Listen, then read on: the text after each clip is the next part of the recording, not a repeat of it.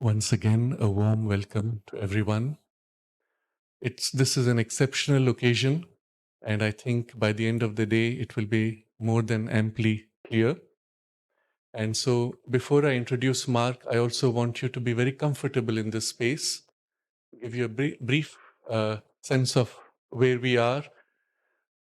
Just outside here is the space where you will have your tea, biscuits during the tea break, as well as the lunch, which will be served there. And the lunch is complimentary for everybody. Feel free to be comfortable throughout the day. On the right, in this direction, are the toilets. Feel free to use as you need. But as you move around during the day, if you feel the need to move your chairs around, feel free. You should be comfortable because it will be an extraordinary ride that we will all be taking together. As a brief introduction to Mark, I came to know of him very indirectly.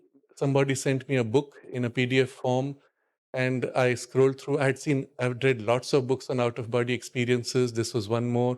And as I was scrolling through, there were portions which suddenly caught my attention, and I said, wow, this is exceptional. I've never seen this. And then more and more. And then I had to stop, go back, and read everything from the beginning. When I completed his book, it was such an overwhelming experience that I wanted to share it with everybody, and except there's no translation from the French. And I thought I should help to get it translated. It's so important.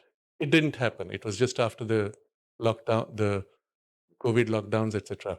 But last year, I got a message by postal mail from Mark saying that he is visiting Pondicherry and he wanted to meet because of some contact that we had. And I said, okay, let's see what this is. And then when we met, he described how he had seen me while I was trying to do an experiment in a dream state to become conscious in the dream and get into an out of body state. And he described accurately what I had been doing. And he said it was in September. I said, no, that was in August. He said, no, it's September. I pulled out my notes, and yes, it was September 15th, September 22nd. So he saw me, so to say. And he said, when I see people at a distance, then it means there's something to be done there. And his wife, Anne, could you please stand up? She has been, of course, a devotee of Sri Aurobindo and the mother for many years, reading extensively in depth. And since they've been together, Mark has come to know of Sri Aurobindo and the mother. Now, this background we have to explain because from the beginning, from his childhood, when Mark had spontaneously his memories and his experiences emerging spontaneously, he chose not to engage with any existing tradition, any book, any teacher, and built all of his knowledge purely based on his own experience. And even today, he avoids, even shuns reading anything outside just because he wants it to be based on authenticity of his own experience. But as we've seen, being exposed to the mother in Sri Aurobindo, this is his second trip to Pondicherry with Anne. And he found something so amazing, reading Savitri, for example, where Ashwapati is a voyager who goes through all the worlds and describes the worlds with such great detail. He said, reading, oh, yes, poetry is the only language which can adequately explain or describe those experiences. So it's been for him also a very interesting journey of meeting and coming into this space. But as it happened, eventually we did get his books translated into his first book translated into English, and it's being released today for the first time. It only arrived last night. So I'm very happy, and it's a warm welcome to Mark. Welcome to India. Welcome to the ashram. Welcome to Auroville. Welcome to this community of like-minded seekers and aspirants of the spiritual. There's been one question which I heard many times over the last few days, people asking, how is out-of-body experience relevant to the integral yoga? And my simple answer will be, one of the objects of the integral yoga is to be able to be a complete participant in the totality of the cosmos on all the planes at the same time. Not just be bound in a physical body with its limited capacities, but to be able to express and experience the totality of the cosmos.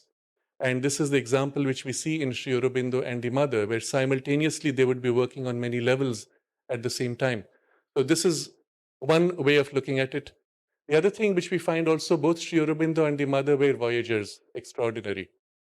It's not a vocabulary we have used, but that's the vocabulary of Mark, so I'm fitting it into that. And Sri Aurobindo not only describes in Savitri and meticulously describes all the worlds and planes in a depth and detail which you do not find anywhere in any other literature. And until I read Marc's book, and I found there certain details which I find nowhere else in any other out-of-body experience literature in the world. And I found in his description something so extraordinary, and many of them strongly corresponding to the mother's descriptions and experiences. One example I want to share. His book is the only description where the transition from a dream state to an out-of-body state and the transition from the out-of-body state back into dream state is described with accuracy and precision. The other distinctive feature of Marc is from the beginning, in every experience, he cuts through straight to the essence because of a deep intuition, which is not of this life, but from past lives and past experiences, of which he has full recall. He would go straight to the core of the issue and cut through the clutter, which is typical of so many of these occult experiences. And so the authenticity of his writings and of his descriptions is outstanding. And of course, for us, it's a validation from what we have already read of Sri Aurobindo's and the mothers.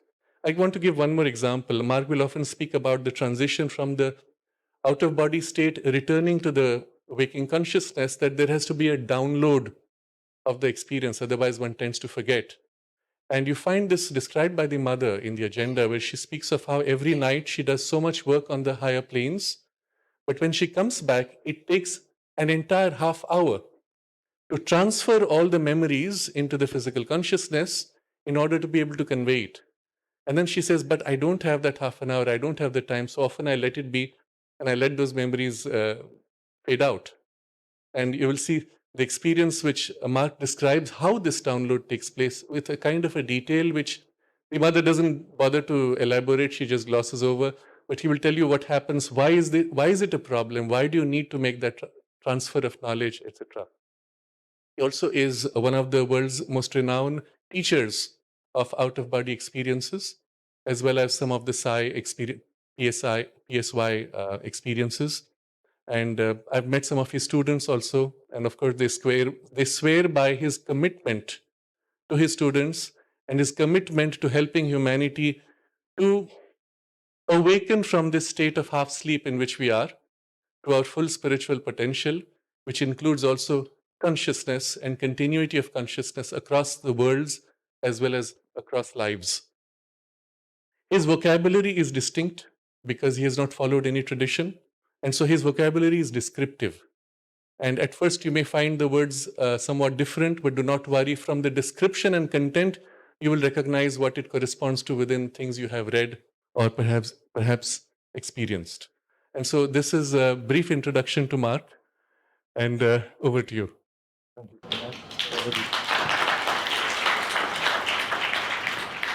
I really don't know what to say after you.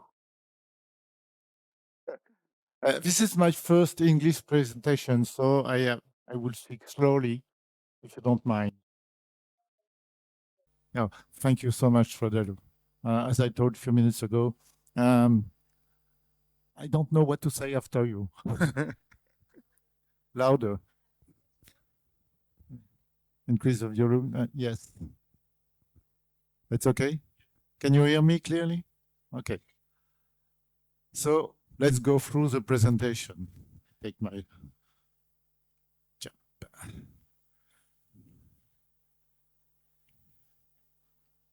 So there is an agenda, you know. We'll have 4 parts. First of all, fundamental laws as I see it. Coffee break, as mentioned by Shradaloo. Main false idea, second part, about out-of-body journey, because there is so many false things circulating in books and in internet. So many completely connection. This, yes, thank you so much. Thank you. So this is the part 2. After we have lunch, and now part 3, we are going to describe more precisely what you are doing, what we can do out of the body. It's so wonderful. You are so free. Coffee break, and the main part is to how to achieve yourself. Because we can talk about it, but it's much better to do it, you know, much better, much better.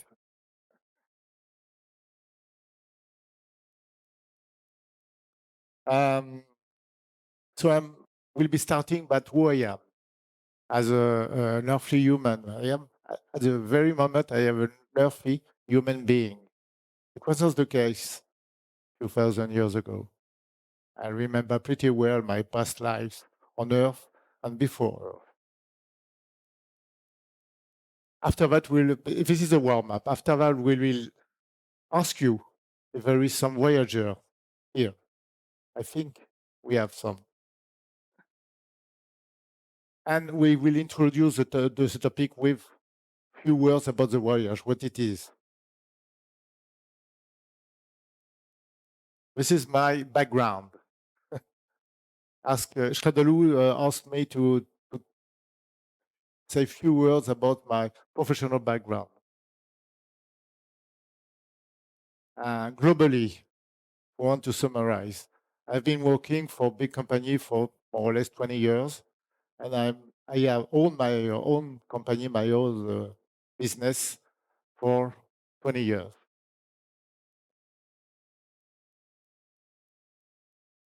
So just to have a quick view on my background, I started working at the age of 24, and each time I have outstanding results. So I was promoted more or less every 2 years.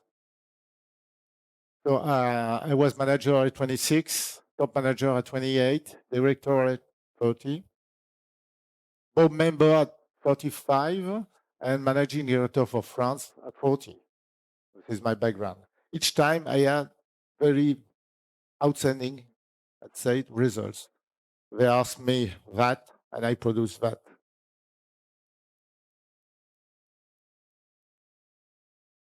How was it possible?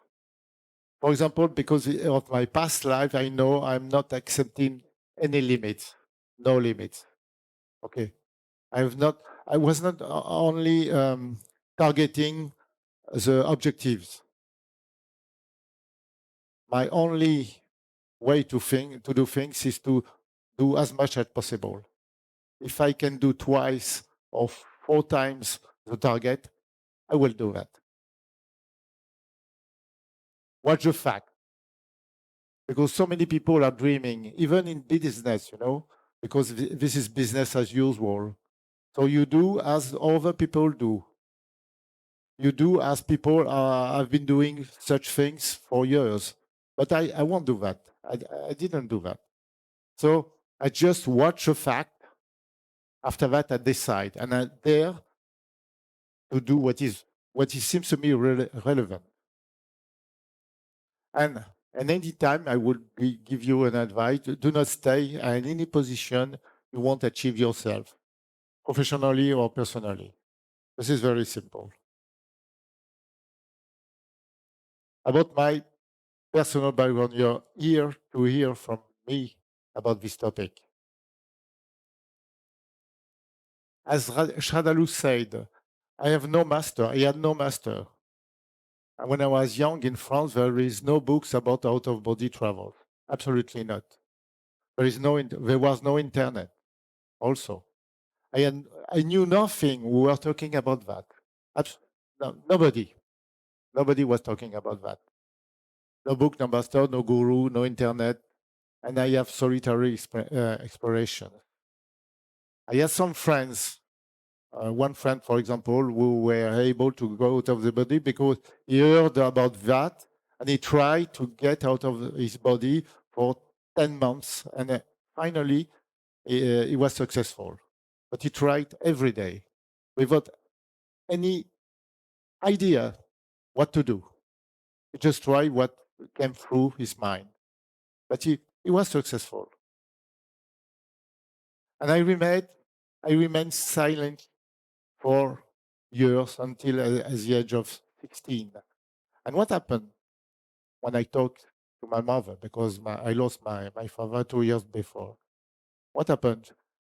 She She was talking to a doctor and said, maybe he's full. So I went directly to a psychiatrist 3 weeks after. It was very quick. And I explained to this guy that it was absolutely normal to go out of the body. And I was a little bit lucky because this doctor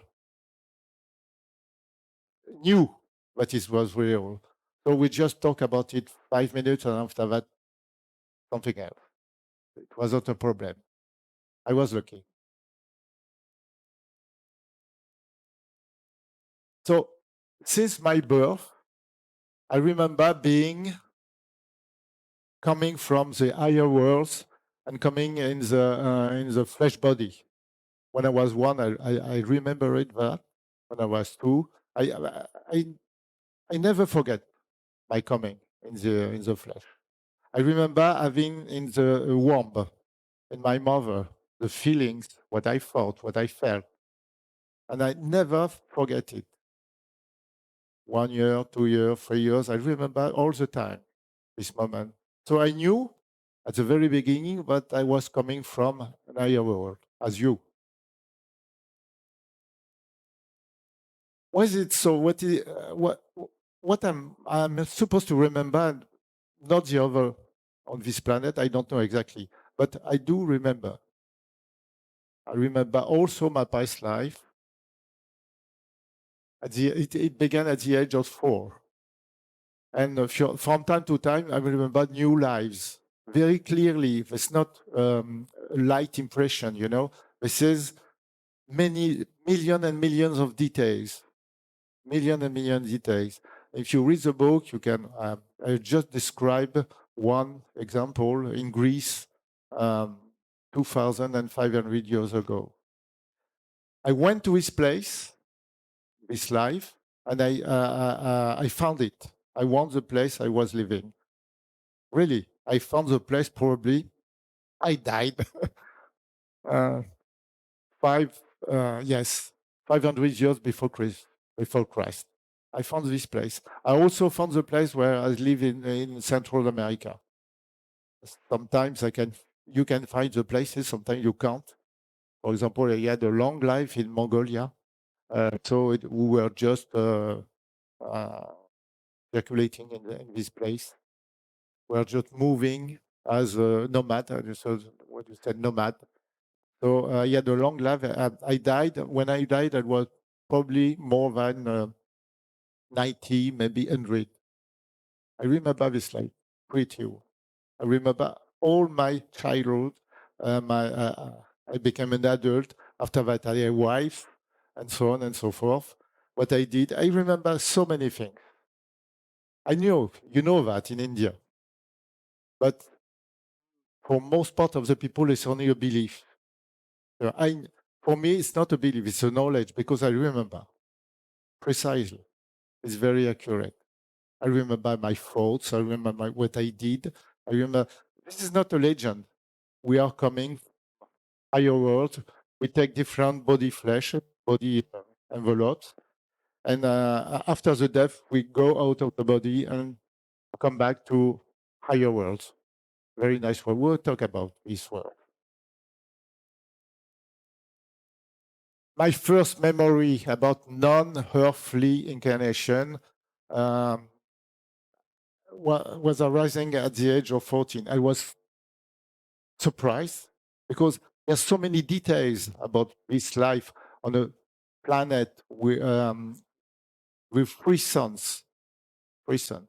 So many details. I was completely overwhelmed by this souvenir because it was so. I was a scientist, and I didn't have a physical body, a human physical body. It was what we call a reptilian body. You know what? A big lizard. I was a big lizard physically, but I was very peaceful, very intelligent guy.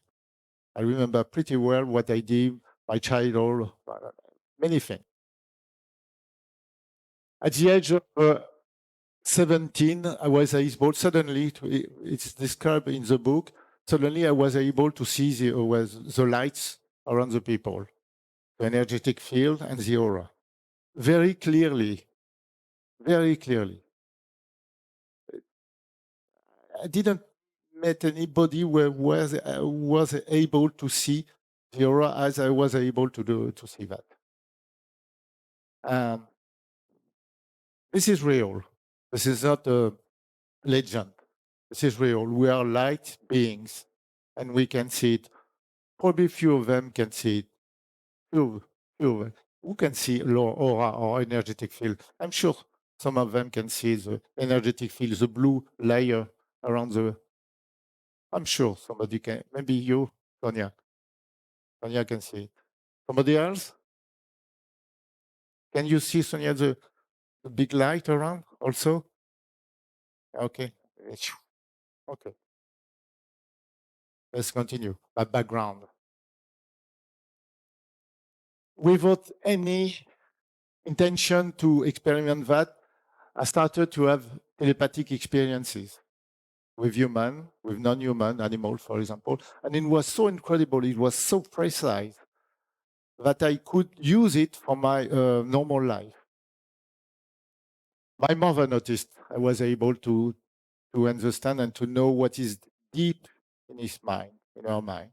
So she was very surprised. I had my first physical contact with a guy from somewhere else at the age of 18. You know, so it's described also in the book. I was completely surprised also. This guy was just here and he was not from Earth. Absolutely. I knew it is true, he was not from Earth. So we have people on this planet who are not coming, who are not born on this planet. This is true. I saw it. I was able to saw it. I was able to see his light, his mind, very strange mind. So we are not alone in the universe, believe me. We are not all alone on this planet. There is people coming from other stars, other planets. This is absolutely true. Without reading any book, I tried when I was young to control my mind.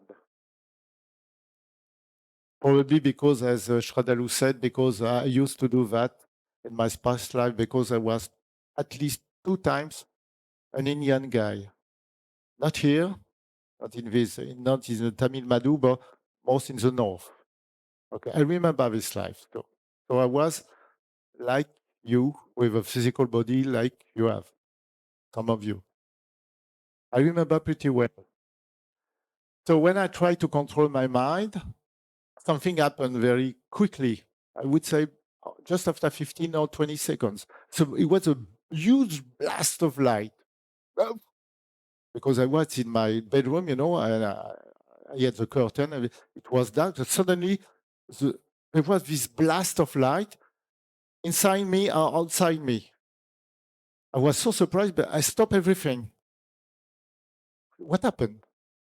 And what I understood after that some psychological difficulties has completely disappeared with this blast. You understand what I mean? So I was, for example, very shy, very shy. I couldn't watch you in your eyes. It was impossible for me. So this blast completely erased this problem. For example, this one. It didn't come back. Never.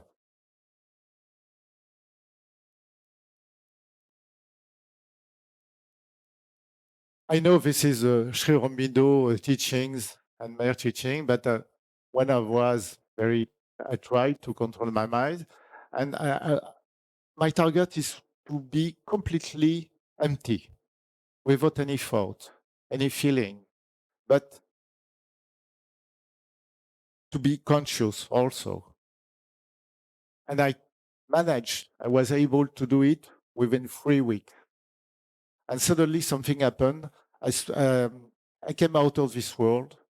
Even I wouldn't even compare with astral world or higher world. I was suddenly in another world. I was completely, after coming back, I was completely surprised. What happened? When my mind was completely empty and it was expanding like that, and suddenly I was somewhere else. And I wasn't anymore a human being. Absolutely not. So, as Shardalou said, with no book, no master, no friend, nobody, I was just alone. I thought I was alone. Is it clear? Do I have to speak slowly? It's okay? No, for me, it's so simple. It's no normal to have such an experience. When I was young, I knew it was normal, but I knew I was not in the normal world, on a normal planet. I was on a planet where somebody, well, the most part of the humanity doesn't remember who they are. It is very strange, because it was not the case on my previous planet. I knew it was the case when I came to on this planet, but it is very strange. People are sleeping. They don't know who they are. They don't remember their past lives. They don't remember going out of their body during the night, because most people are going out of the body during the night, but they dream. You know that, they dream. When you met them out of the body, you would try to talk to them, they are dreaming. So what do? Well, you just go away. How did you go about this mental emptiness to achieve that? Sorry, have you? What is the method to achieve Yes. Alors, first of all, okay. My first, yes. What? How did I do that? How did I do that? First of all, I just stay on my bed, lying very quietly. Second thing is to just observe the flow of thoughts of feeling. Because I just observe with as I was a witness. First of all, secondly, I try to slow the flow and to make spaces between the thoughts. Thirdly, I try to, because it was difficult to control the flow, what I did is to take each thought and to repeat each thought very loudly. Is it clear? Each thought is feeling. For example, it happened. I am thinking about. Okay, I try to not think. Okay, I take this thought and I very loudly. I repeat again the thought, and I try to increase the space between thoughts. Okay.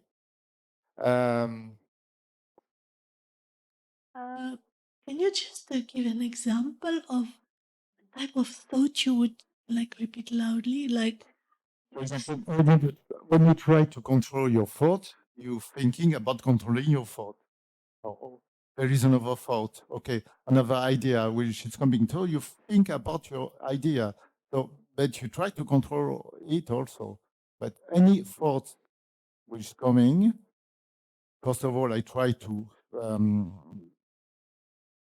put space between two thoughts, and after that, I try to repeat every thought, every idea was coming in my mind, every idea, but very loudly. Very loudly. It was my technique. I don't know if it's known in the spiritual path, probably yes. But I found it when I was young. Okay, it's okay. That's common. I think it was common, but okay. Okay, it's known. Okay. Yeah, it's not common, but it's a known So, method. Ashradalou said probably because I did it because I have memory from past life. Because as an Indian, there was okay. I will talk about it later. So, but I didn't have any objective or any target. I just was pushed to do that. I just was lying on my bed and suppressing all my idea, all my feelings, but not with I would say gently, because I observe that if you try to do it with a huge strength, it reinforces your thought, your ideas. So we have to do it very gently to let it disappear and to unplug the power of making ideas. You understand what I mean? So it happened very quickly. It's the reason why I will be repeating, but it is very simple. There is no difficulties. Yes. Was it like making an exact copy of the thought? Yes. Okay. It was one of my exact copy, but I try to reinforce the power of the thought. Thank you. After that, it's kind of you put big power, and you don't have power enough to repeat a third time. So it was a way I found to do it. You understand what I'm saying? But I was so alone, nobody talked about it, no books, no guru, nothing. But it cleared my mind in a so wonderful situation because I was so clear when I came back from my bedroom. I can tell you, my mother was completely terrorized. She was afraid of me because she didn't recognize the guys who were coming from the bedroom. And she was absolutely, she called me the extraterrestrial. My mother loved me, she's still alive. She loved me, but she was terrified.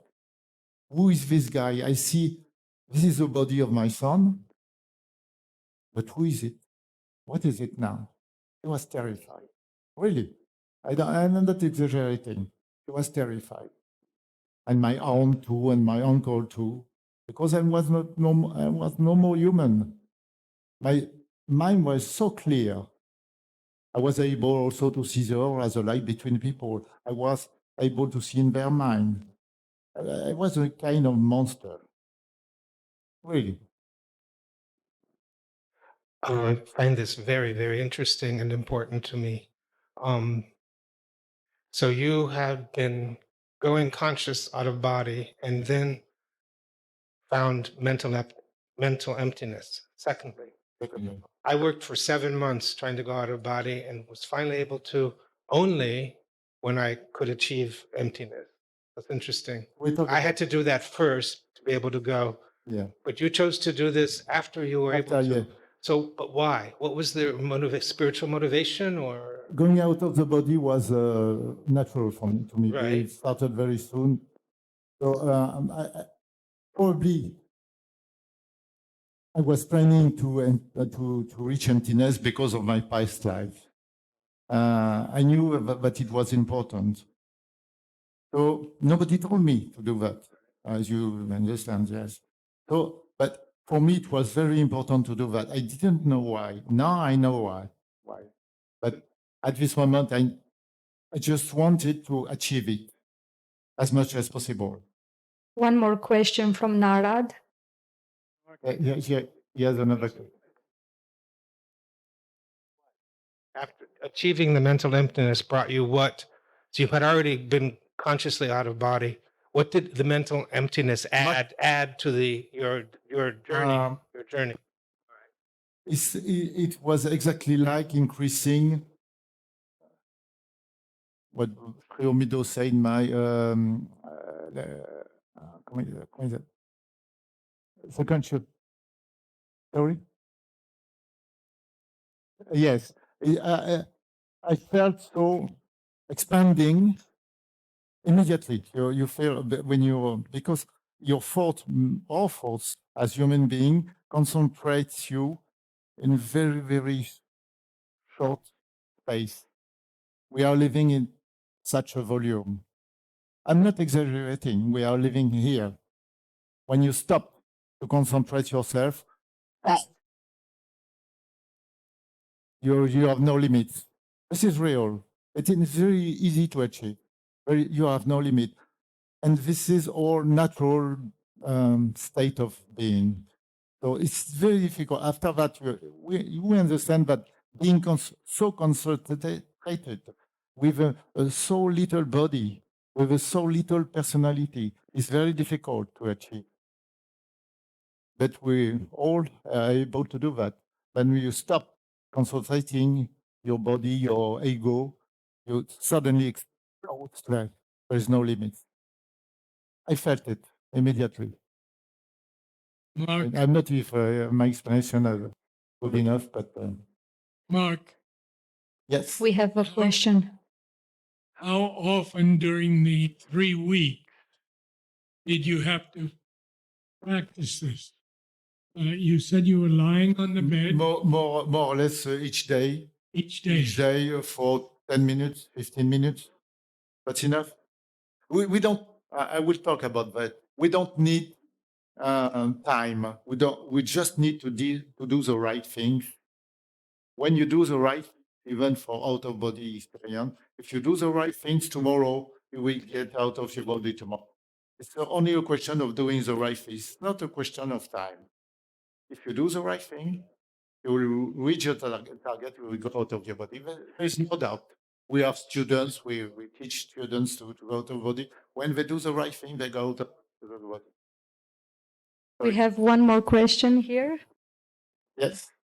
Hi, Mark. I wanted to ask if doing past life regression is considered as having an out of body experience. No. No. No. Okay. Absolutely not. Remembering the past life is another topic. It's like to be able to get the information, to bring the information towards the body, because the memory exists somewhere. So for me, it helps to be able to go out of the body. But when you are out of your body, the memory are flowing to your body of light.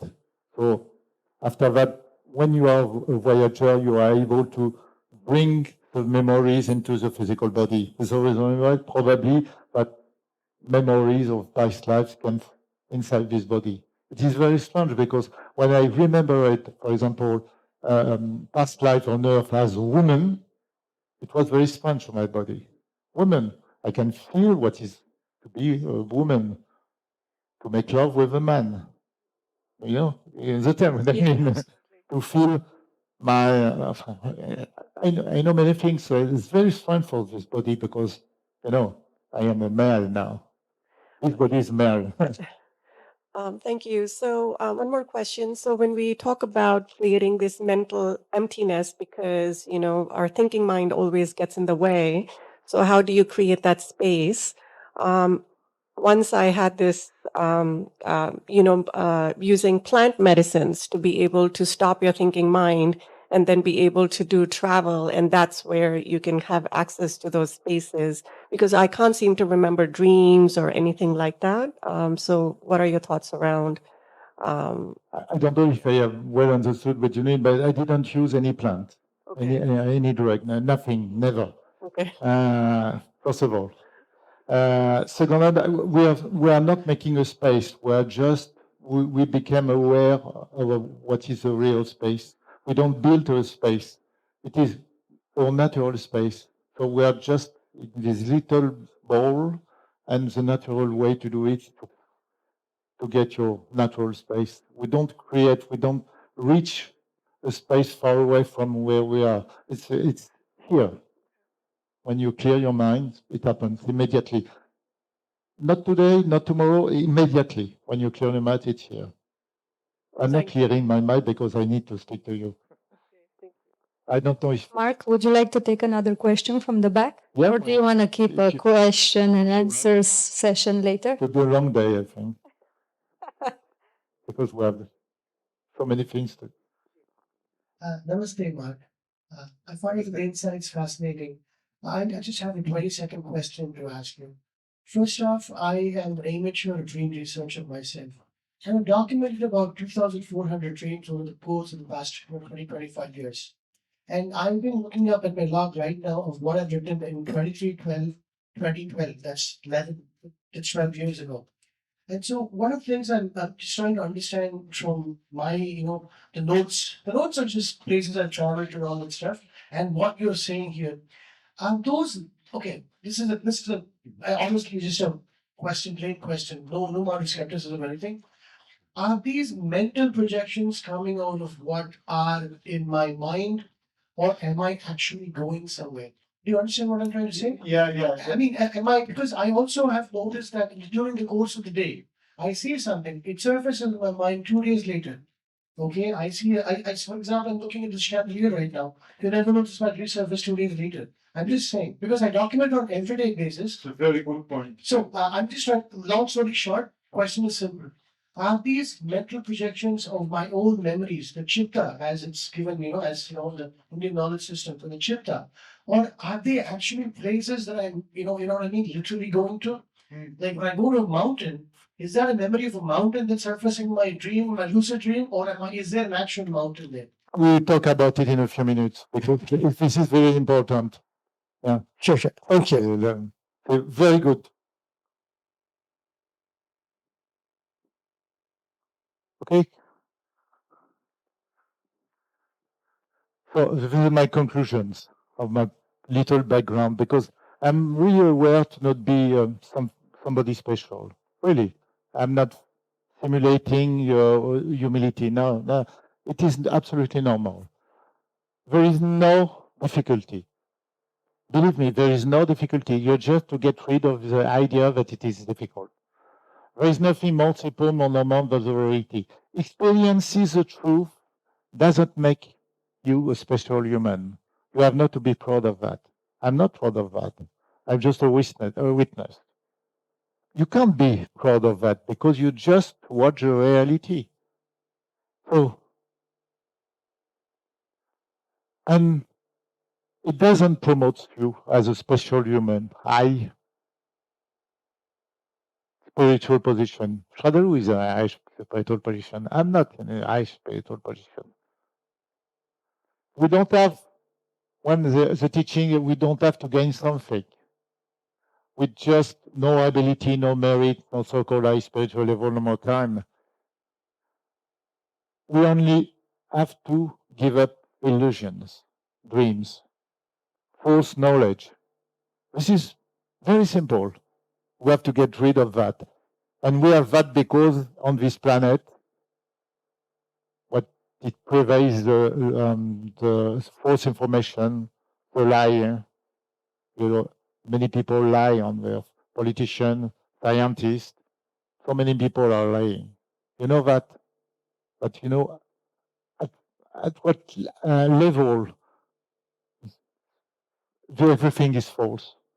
Most part of we are supposed to know is completely false. So we have to drop all limitation, on mental limitation. So we are going to make a little survey now because I'd like to know if people are not shy to know what part of you people have already had an out-of-body experience. You. Oh, Sonia. Okay. Have you ever had an out-of-body experience? Okay. So when I ask this question in an average assembly, between 20 and 30% have had an experience out of body because it's normal, it's spontaneous. It happens when certain conditions are present. We'll talk about that. So I'd like to know how many people, sorry. No, we'll talk about that. No, Lucy, we'll talk about that. That's a good question. We'll talk about that. Lucid dreaming is a dream. You have the word dream in lucid dream. So astral travel, you don't dream.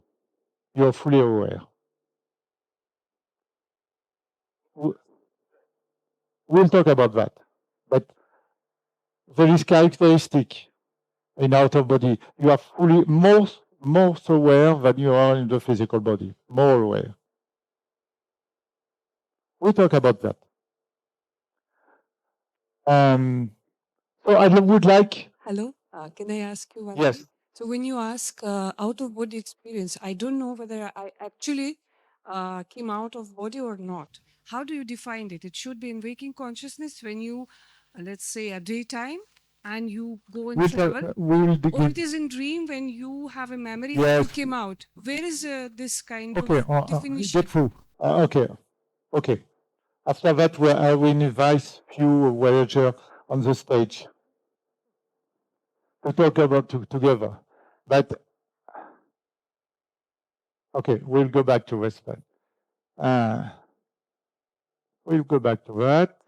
But so, what is not out-of-body experience? This is not meditation. This is not lucid dream, not at all. If you are living a lucid dream, it is not an out-of-body experience. It is not imagination too. You are not visualizing anything. No, absolutely not. This is completely different. Not a religion stuff as devotion, praise, or rituals. No effect because of your brain waves. This is not that. Absolutely not. This is neither remote perception as remote viewing. We were talking about that.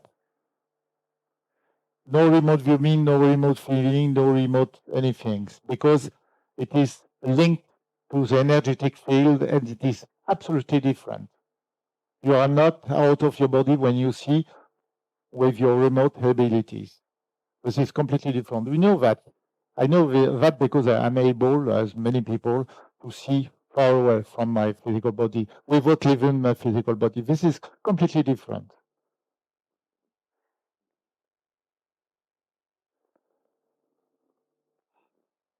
So this is no spirituality. I'm sorry, but I'm not a spiritual guy. What does it imply? Being fully aware. What does it mean to be fully aware? There is absolutely no dream. Zero dream. You are dreaming. Maybe you are out of your body. Maybe you are inside your body. But you don't know because you are dreaming. When you are out of your body, you have such an experience. You are so fully aware that you have not any doubt you are out of your body. We have lived it in the assembly. Fully aware, out of the body. Yeah, you will come on stage. Because that's very accurate. You know you're out of the body without any doubt. There is no dream. You go out of your body, you are in the bedroom, and if you do nothing, you just do nothing. Nothing happens. You just watch your body on the bed and the, I don't know, the windows, everything. If you stay here, you don't dream. You just sit down with your body of light, and nothing happens. When you are dreaming, something happens all the time. You are dreaming. It's continuous. Out of your body, you can stay, for example, in front of a tree and watching the tree for 2 hours, 3 hours. You are not dreaming, you're just watching the tree. The leaves and so on. Yes. I have a question here. 1 second. First here. Mark, Yes. it's here. When I was young, I had several times that I was laying in bed and I was dreaming that I was going out of my body. Yes. That I was watching my dream. So I knew I was dreaming. Yes. And in the dream, I went out to many places. And while I was aware that I was dreaming this, I could see my dream. So I had a kind of different consciousness seeing the dream. I understand pretty well. Yes. What is You are approaching the thing, but you are in the dream. Okay. When you go out of your body with your full consciousness, you don't dream. It is much more easier to convey all the information in your body because, in a real out of body travel, you don't have any dream. I insist on that. So maybe you can reach an out of body state by the dream, but it's so difficult. I wouldn't give you the advice to use it. That's not a good way to go to the body. Give it up.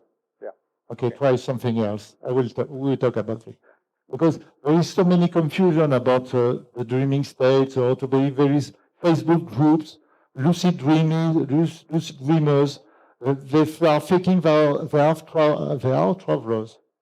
They don't are travelers. They are only dreamers. This is completely different. You know, when probably Sonia or some of them knew that when you're out of the body, you meet dreamers. You meet dreamers. You can talk to them. They're a little bit foolish. For example, I'm a dreamer. No, you're not a dreamer, but I talk to them and suddenly disappeared because he was thinking of something else, and then he goes away. So we know the dreamers. We know what they are, in what situation they are. When you are out of your body as a traveler, you are fully aware, you are fully in control of what you do, what you think, what is in your mind. You are more aware, you are more conscious than your physical body. I would say twice, 3 times, 4 times, I don't know, but you are fully aware. One more question. Yes? Sir, namaste. It was long ago, like when I was very small, I think. I felt when I was sleeping, I felt I had visited some place. In my heart, no, I know it is. It came like that. It is a Sita's temple. After that, 2 days, I saw it. The place in a newspaper. Yes. It was Sita's temple. It is in Sri Lanka. Okay. So, what I saw in the dream state, it was that. Maybe it was a remote viewing. We talk about a remote viewing because it is so frequently confused with astral travel, out-of-body travel. I will precisely explain the difference. Precisely. Then probably it was a kind of remote perception. It is true. Remote perception is true. You are able to see without your eyes because you are just projecting the energetic matter, and this energetic matter is able to have all perception. There is a school in India, I don't know where exactly, where children are learning to see without eyes. You know that there is a school like that in India. You know this school. And for young people are able to read without their eyes.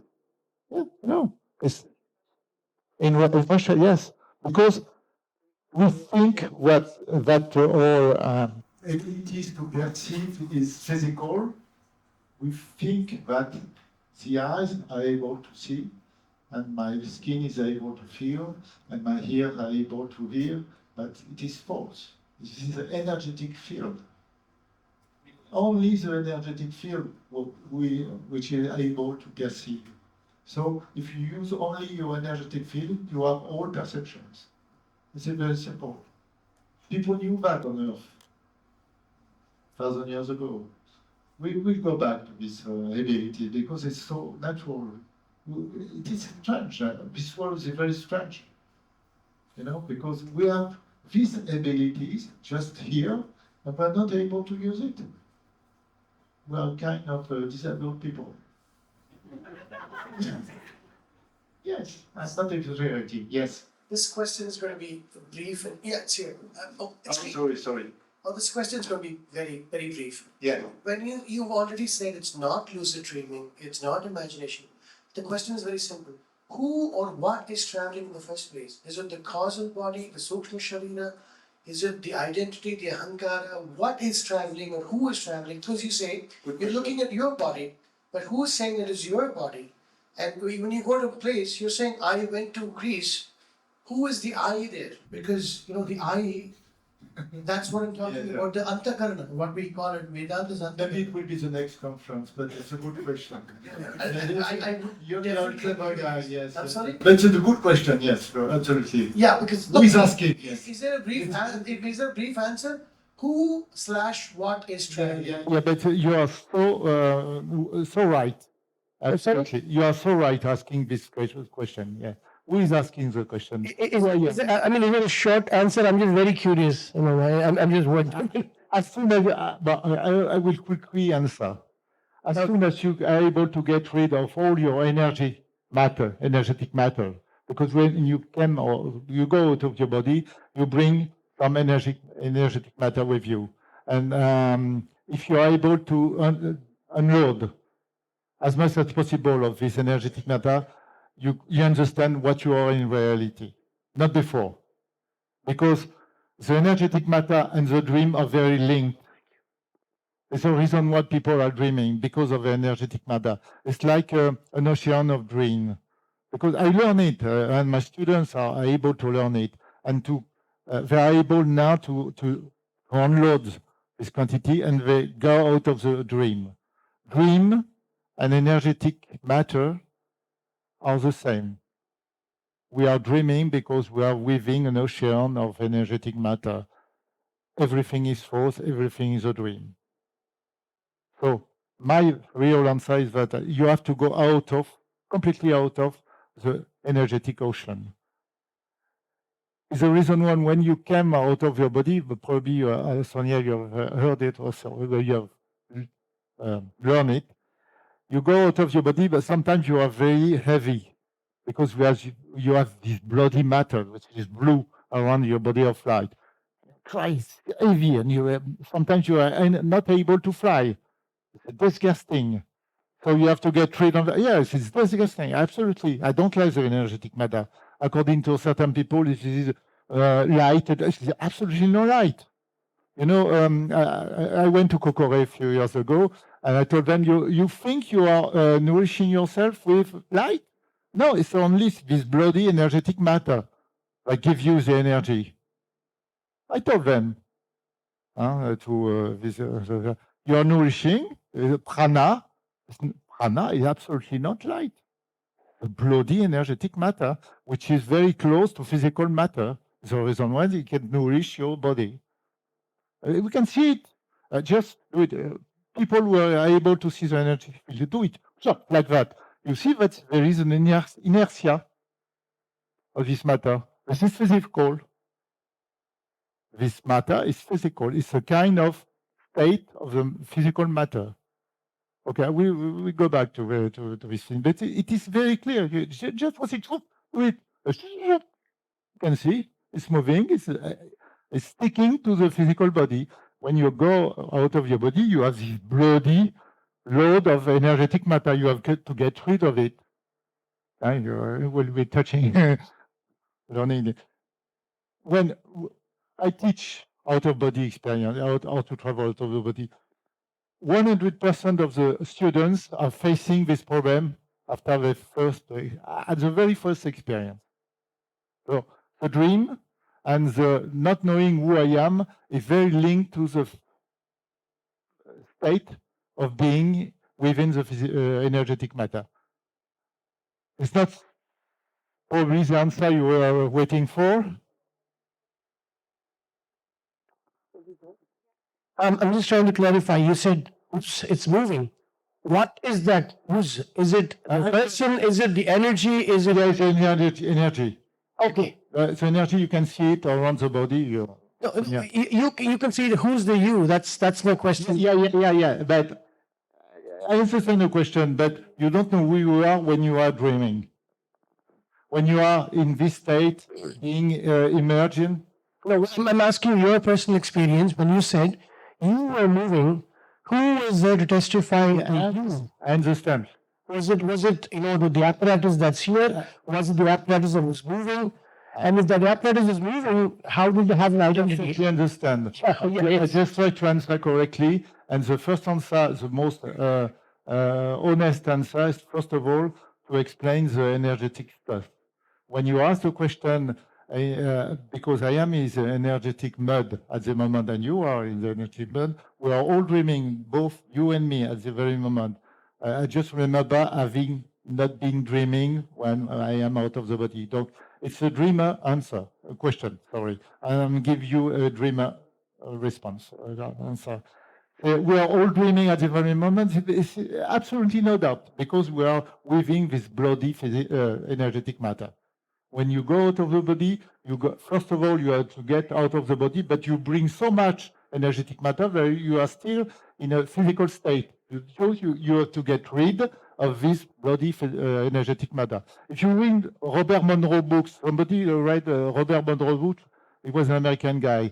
He get out of the body, and secondly, he get out of the energetic body. Two stages. So he was absolutely right. You have to go out this bloody energetic matter. If you stay in this energetic matter, you are still dreaming, and you are most part of the time not able to fly. Can I ask a question, please? Yes. I'm also interested in it's a kind of follow-up, if I may, in this question whether I have a sense of I-ness still if I have an out-of-body experience. That is one part.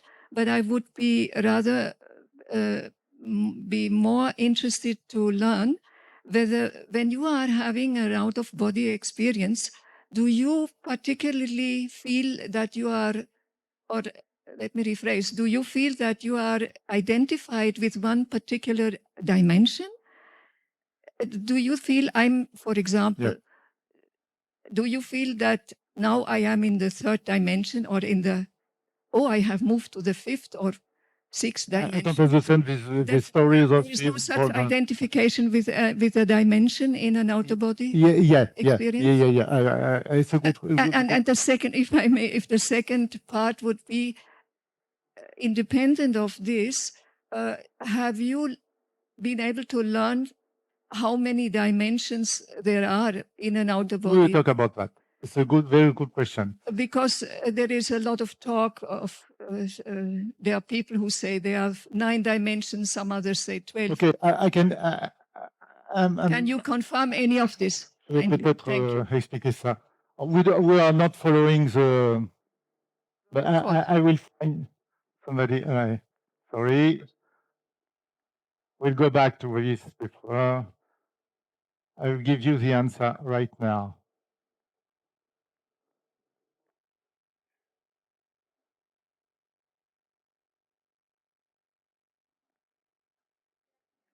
So sorry, there is many. Yeah. Moving forward to answer the question. This one. Okay. I have almost 100 slides. So I drew it a few years ago to explain what is the dimensions. First of all, I don't recognize any 4th, 5th, 6th dimension. For me, according to the other Voyager I know, it doesn't mean anything. 5th, 6th, 7th dimension. We don't understand what does it mean. Absolutely not. We don't recognize any proof in such description. Absolutely not. What we have identified, for me, is the earthly, typical human earthly imagination of what is the higher or lower world. It's only misunderstanding what is the reality. According to me, and according to many Voyagers, the reality could be described like that. On this line, vibration is increasing, on this line, and the most the vibration is high, the most you are, for example, able to be conscious. The less you are vibrating, you are going to inertia, what we call inertia. Things are difficult to move. I went to this world. Okay, this is, comment on dit, l'axis, the vertical axis. On this axis, this is the size of space. We are here, and I try to make un agrandissement. On dit agrandissement? Agrandissement. To make it bigger, to describe an enlargement. Yes, enlargement of the world we are at the very moment we are. Okay, I will answer your question after, because I'm doing an explanation. There is more or less 2 levels, material level and energetic level, but we are in the middle of that, because our physical body is able to be alive because of energetical matter. No energetical matter, your physical body doesn't live. We are able, when you see I have an example, but it will be too long to explain to you. we people who are able to see the energetic field, we can see if people is about to die. I have an example a few years ago when we went to the hospital and the doctor said, okay, he will go back home in 3 or 4 days. And I went to the bedroom and I saw this energetic field. I said to the family, he's going to die in 3 days. And 3 days after, he was dying because I saw the energetic field was disappearing, So, no, I came back to the doctor and said, are you sure? Are you sure he's coming back next week? According to me, he's dying, and he died 3 years after. So this is absolutely precise. Our world is like that. There is more or less the physical matter and the energetic matter very linked. And when you want to incarnate, you have to build, first of all, a non-physical, an energetic corpse, body. First of all, you have to create that.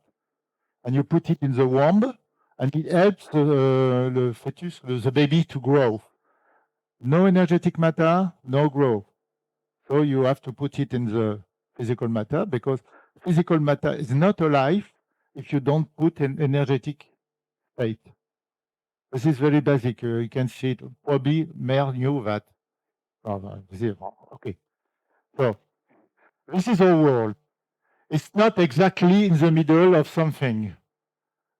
If I would like to make an estimation, it is probably on the lower world.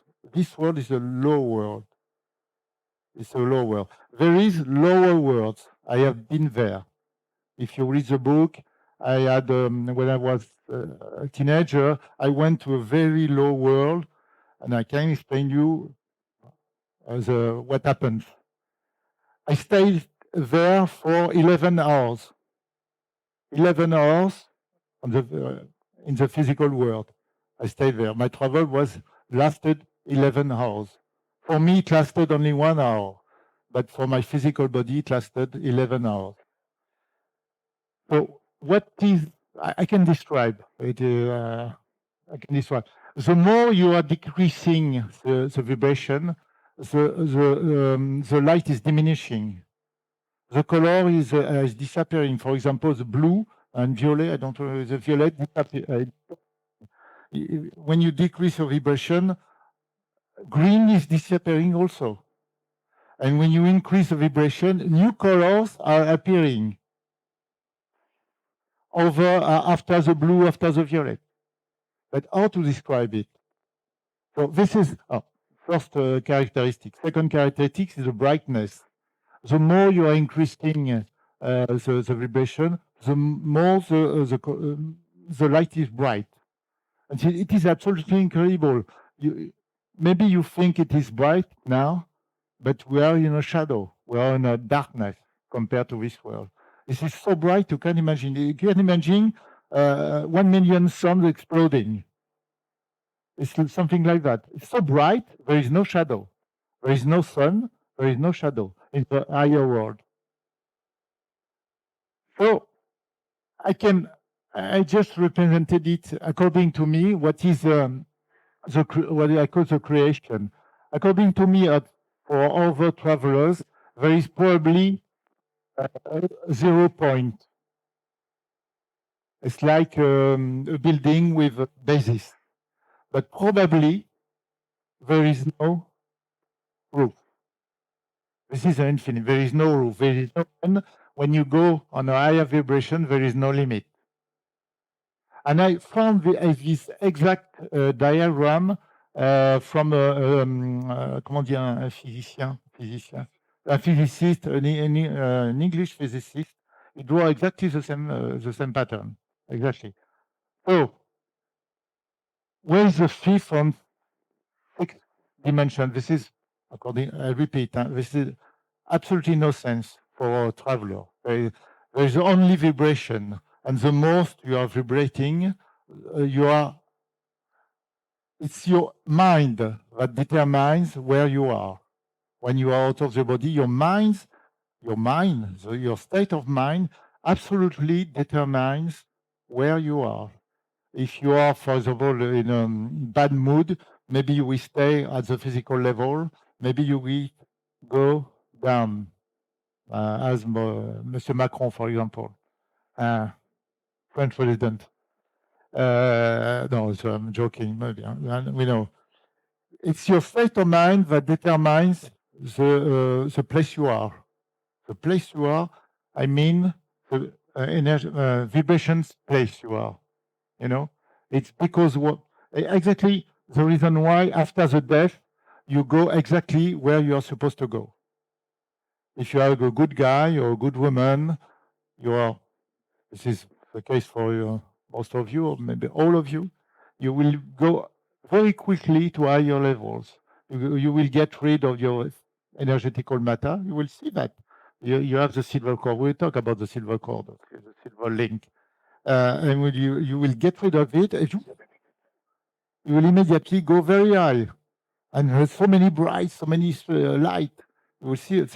And okay, no pain, no nothing more. So you will be so happy, so free. So it is your consciousness that determines the place you are. What you have in your mental determines absolutely where you are. So I don't know if it answers your question. A little bit, yes. Yeah. So you have no clear identifications in dimension in those states. Is that right? It depends of when you want to go. If you, for example, if I want to go down, Intention is important. yes, it is basic. Intention is the most basic. But Is it a prerequisite before you, like for example? excuse me. If you go to sleep, do you formulate for yourself any particular intention so that you come into such a No, we are not talking about sleeping. We are talking about to be aware fully of the body. All Look, right. we'll go back to this Okay. to this condition. But the intention is important. if you have the intention to visit a lower world, you have to do right things to visit lower world. You have, for example, to load your mental state with darkness, idea of going down, because when you go in a lower world, you feel like going down. It's absolutely right. When you go in a higher world, you feel like going up. This is so true. So, and you see for example, if you go to a higher world, you see the light increasing, the brightness of the light increasing. At a certain stage, you decide to stop and you enter a new world when maybe you can touch because you are vibrating at the same rate as this world. So you can touch things and people. Yeah. It's strange because you have a body of light. But when you are in your body of light, you can touch your hand and it is solid. Would you say that in such a state, your mind activity is still predominant, or is it rather a state of where you feel, which determines what happens, what will happen? Out of the body, you have, I would say, I would make a comparison. Inside the body, you have a kind of 1 watt power. Outside the body, you will have 10 or 100 watts. When you go in the upper world, your mind is so powerful, you can imagine. It's so clear, so able to control thoughts, to analyze things, and without any delay or any. It's very difficult to make a comparison. You have to go out of your body to understand that. But you choose exactly or where to go, but you are not able to go anywhere. It depends on your global state of mind. Could you say about it depends on your karma? For example, if you get rid of your, we talk about attachments. Attachments, you know, you understand what you call the attachments. I am attached to my belongings on earth, to my relationship. So if I don't get rid of it, I will stay in around the physical world for maybe weeks or months or years. If you get rid of that, you will go in the upper world. Look, But at a certain moment, we stop because it will be precisely your home. But it's a very wide universe. Because the more you are vibrating, the more we are. Physical world, physical universe, according to scientists, is very wide, very huge.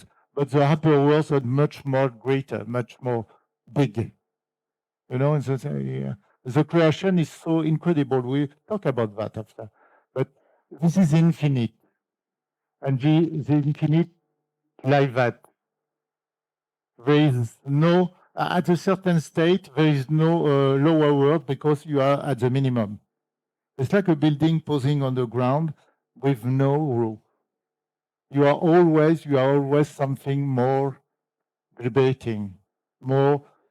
With the vibration, you have the light, the love, total love, God's presence. You don't understand His presence. You see it, you feel it. There is no distance between you and God. There is no distance here. Yes, there is no distance, but we don't feel it so clearly. In the upper world, there is no doubt. You feel the God, the Creator. You feel the light. You feel the love. You feel the knowledge. It's so clear. You don't have to have questions. You have the answer. At the same time, you have a question. You have the answer. It's like that. And you have so many things to learn because you have the infinite around you and the eternity also. We'll talk about eternity. You understand out of the body in the higher world that you have no limit in time. You have been existing forever. No beginning, no end. This is difficult to understand for the physical body. You know what I mean. We have been existing forever. Eternity is that. We have been existing forever. We have and at any moment there was an instant where you do not exist. So there is no beginning and there is no end. I don't know if Friombido talked about that. No beginning, no end. When you go out of the body and you get rid of the energetic matter, you go out of the dream, you see it clearly. We are eternal beings. That's true. That's only true. There is nothing special. So we have the eternity and the infinity. And we are not. There is no curse also. Here we go back to last idea. There is no reincarnation curse. It is false. Because when you go out of your body, you go to higher worlds. For example, I'm not following my path, but you meet people, you meet beings of light who didn't had any incarnation in the eternity, and they won't use it. No incarnation at all, because the creation creates so many ways to explore the infinity that incarnation is only one little thing. You have an infinite way to explore the creation. Incarnation is just one. It's just one. You understand that after that. But when you meet out of your body, you meet guys, entity, ball of light. They explain it to you. So you learn from them. Okay? You are not obliged. You are not. There is no curse, incarnation curse. You just decided, one of the, I don't know, in the past, to do it. But you have so many ways to explore the creation. So there is no curse. I don't have, I don't know what Shrobindo said about that. There is no curse. It's absolutely wrong. I'm sorry, I like the Buddhists, but they're completely wrong. Buddha was right, probably, but the Buddhists are wrong. It was so difficult to explain. If I were this guy Buddha, it was so difficult to explain because he knew that nobody could understand what he had to explain. So he didn't want to found a religion, I think, as Jesus Christ wouldn't like to found a religion. So it's so difficult to understand. So he refused to answer some question. For example, is there a real ego? He refused to answer the question because whatever he could answer, it would be not well understood.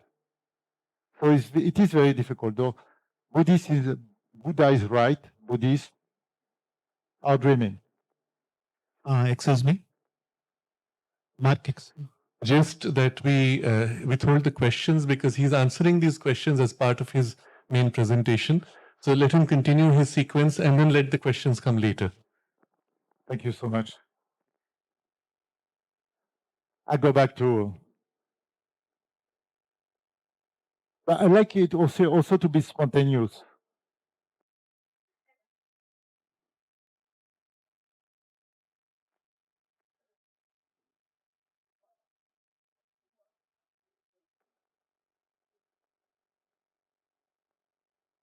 So what I would like to do now, I will go back to that. I would like to invite few Voyager travelers to testify, to témoigner, to witness about their experience. How many people would like to share their experience of out-of-body travelers? You, Sonia, you. Okay. I think it's important to share. So, Namaste, I'm Dr. Sonia Kriplani. I'm a psychiatrist, and I should say I'm a born voyager because I have been doing it since my childhood. I would just just go out and I would observe myself playing, and I'm just observing that little child playing. So at that time, I didn't know what's happening. So I used to come and tell mom, this happened today at school, and I suddenly went out and I saw myself playing and enjoying. But my mom was always very supportive. She never discouraged me.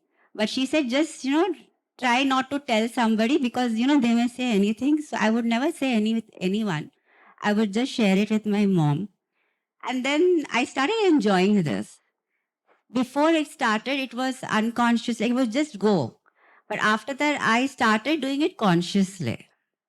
Like I would, suddenly I would decide to go out, and I love astronomy. I always wanted to be an astronaut. So I would suddenly decide, okay, today let me go to Jupiter and see how it looks. And suddenly I would find myself there, and I would like go around. I would, but those planets are really cold. After some time, I wouldn't be bear it. There is no oxygen, nothing. I would start feeling breathless, and then I would come back. So this happened for a very long time.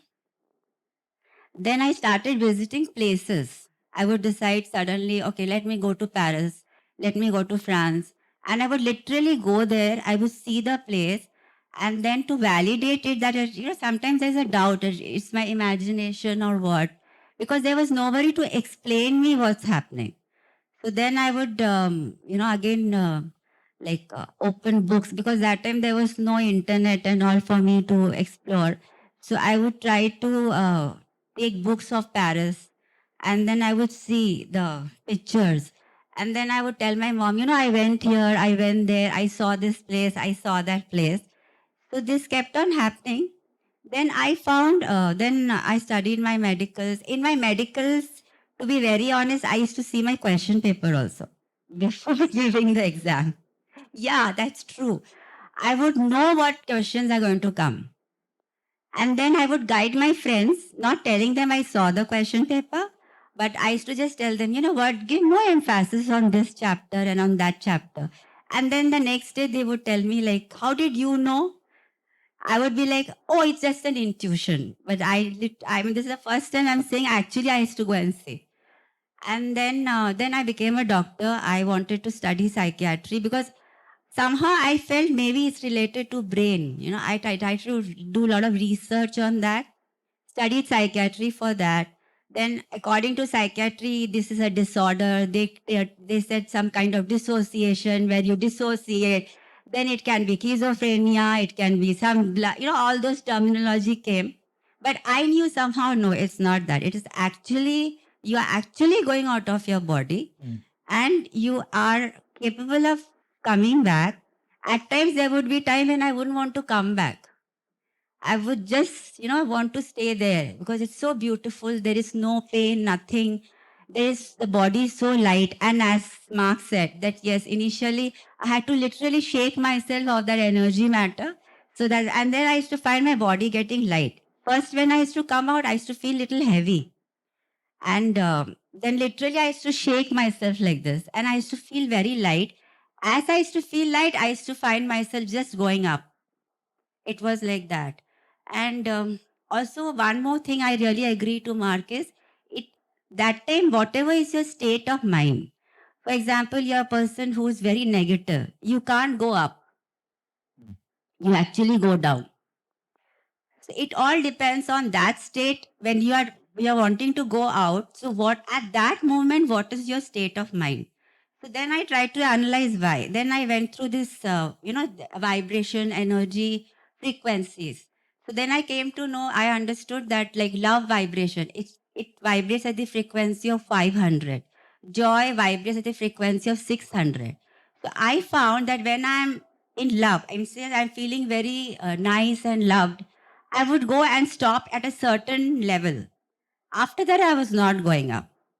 Then I thought, okay, let me try joy. So what I did one day, I actually started feeling, I tried to think what makes me very joyful. So I started doing that activity and then I decided to go out doing that activity. So I knew that joy is there and you know that joy is related to serotonin neurotransmitter.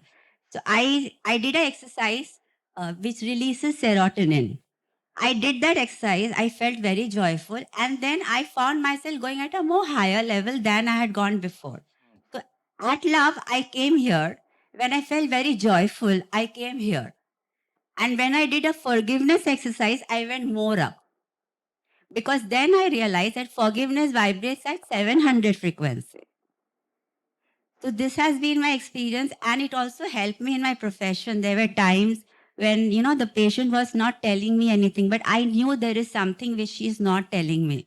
Then I would just come out of the body and become an observer. I'm seeing myself counseling that lady. But somehow when I was out, I could see inside her. I could feel what she's not telling me. Then I would come back and I would ask her that question, is something like this happened to you? And she would be very surprised.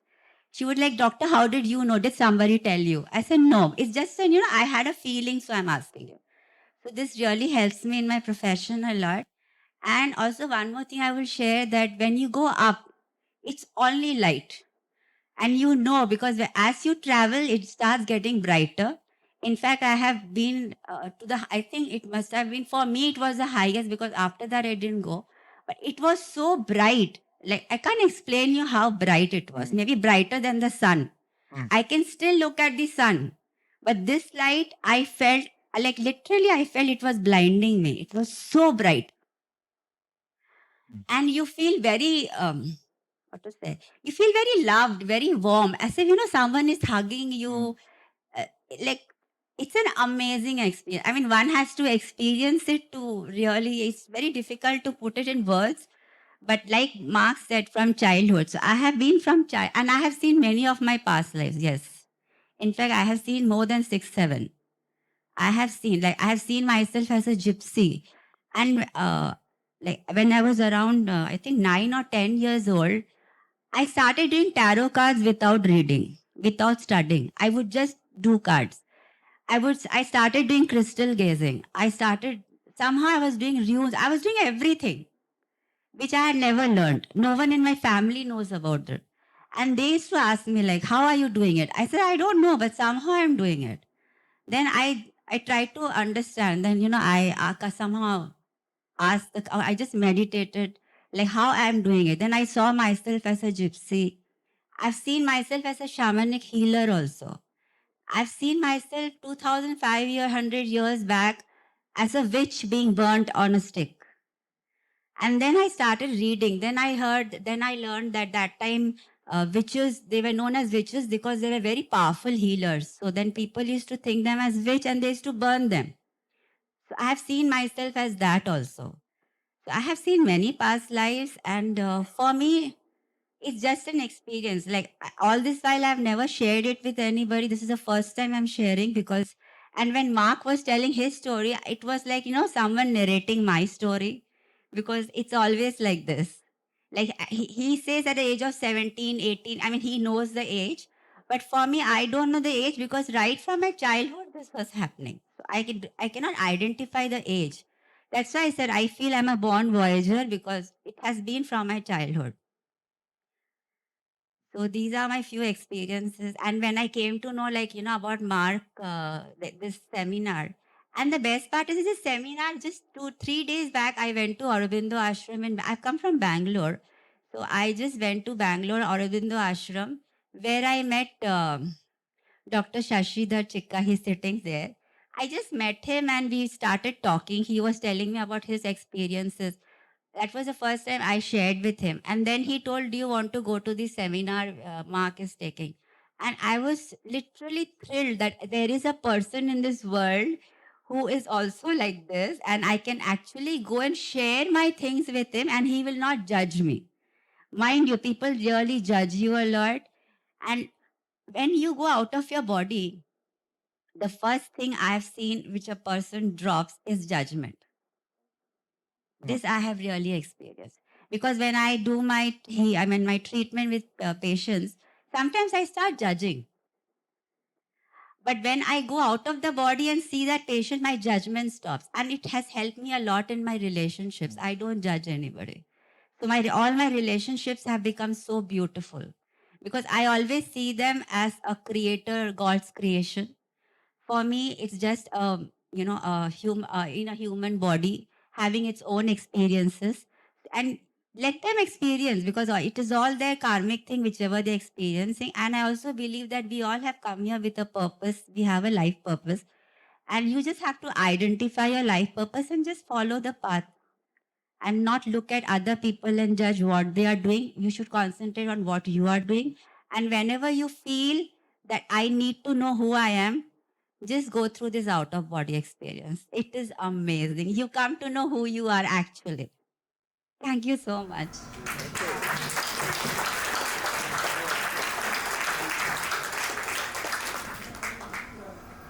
This is all unscripted. How do I follow that?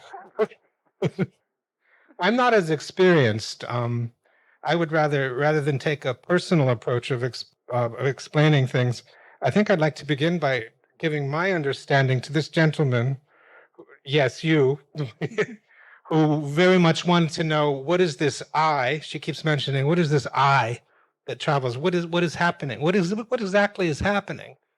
And I'll try to give this explanation through the integral yoga. And it's really very simple. Everything about this is very simple. Astral journeying or journeying out of conscious out of body is not difficult. It's not scary. It's not complex. It's rather simple.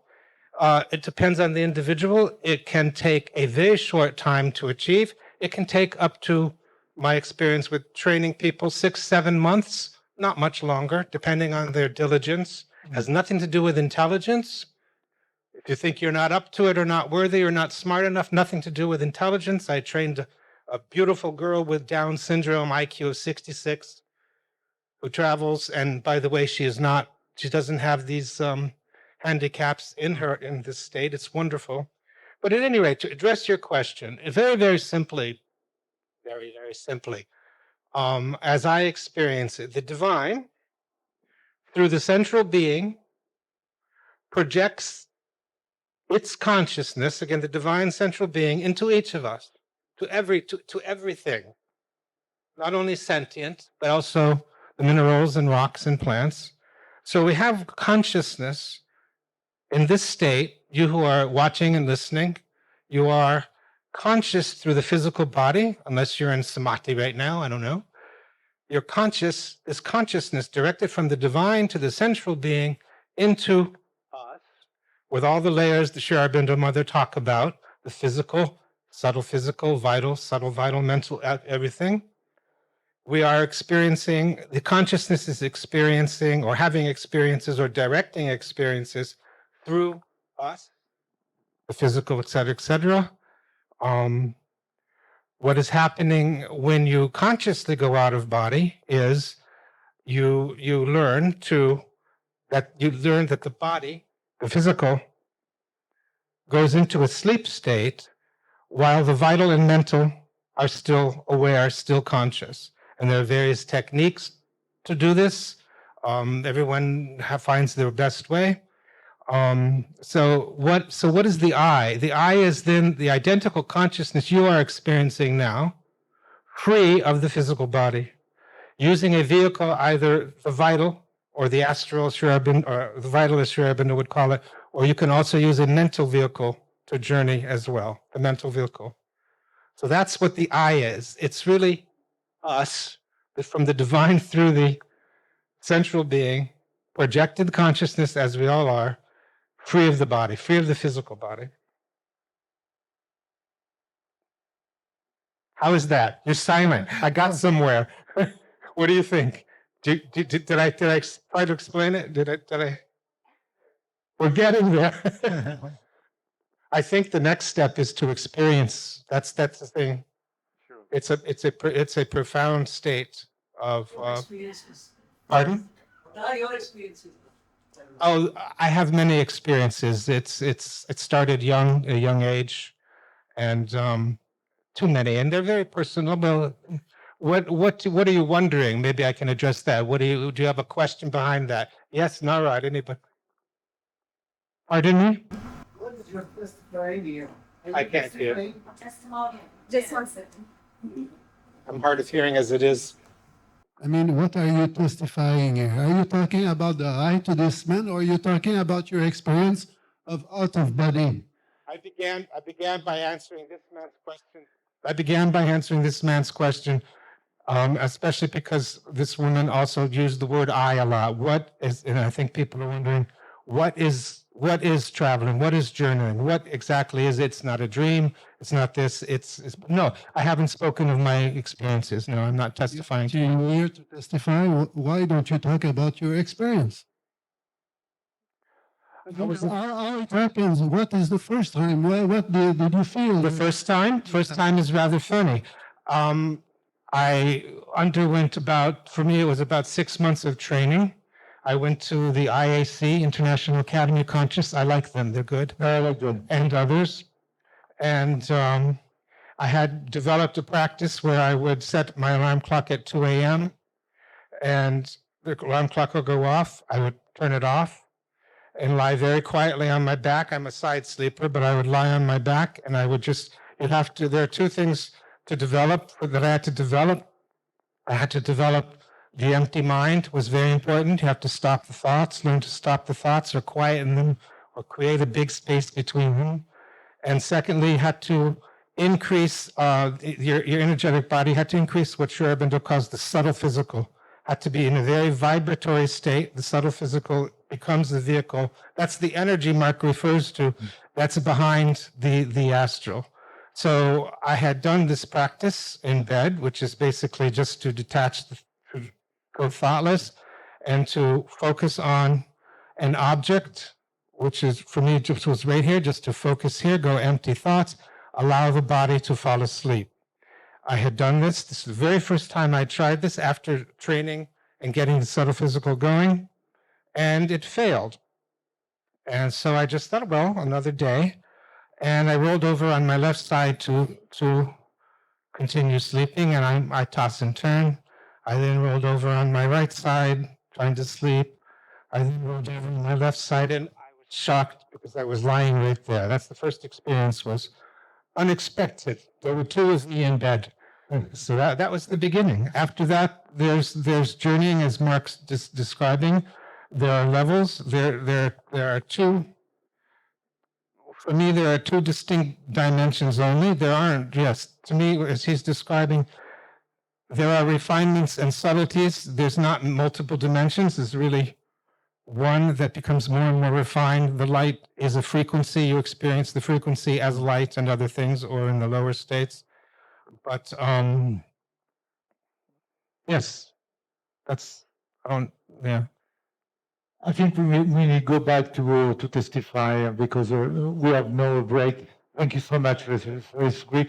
Maybe we could speak again after that because we have so much to say. We will need 3 or 4 days to explain all we have to explain. Really, we have so many things to bring to this assembly.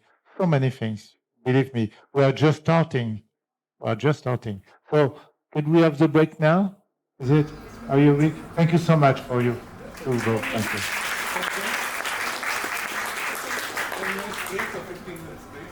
Yeah, 15 minutes breaks and 11:15 then. okay, be back at 15. 11:15. 11:15, yes. Okay, thank you so much. Thank you.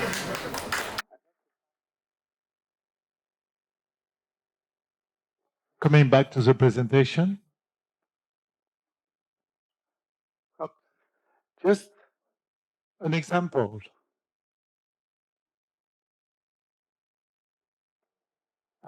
Oops, where's the part one? Yes. So part one.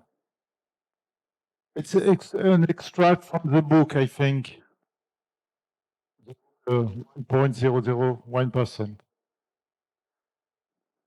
It's just an example what you can write right after you're visiting another plane. It was my first time able to touch a new world. It is time. In this time, I am flying in a higher world. Everything is bright with intense colors. Some colors does not exist in physical universe. Can't imagine what is different colors. No blue, no yellow, no red, something else. You will see it because you were in this world before coming on Earth. So you will recognize these colors. The light is emitted by everything: trees, grass, flowers, clouds, the atmosphere, and the body of light. No shadow, no obscurity, nowhere, because light is providing by everything. So there is no shadow, and there is no sun. The light is so bright, like 100,000 suns exploding. We are not exaggerating. Believe me, we are not exaggerating. This is under the truth.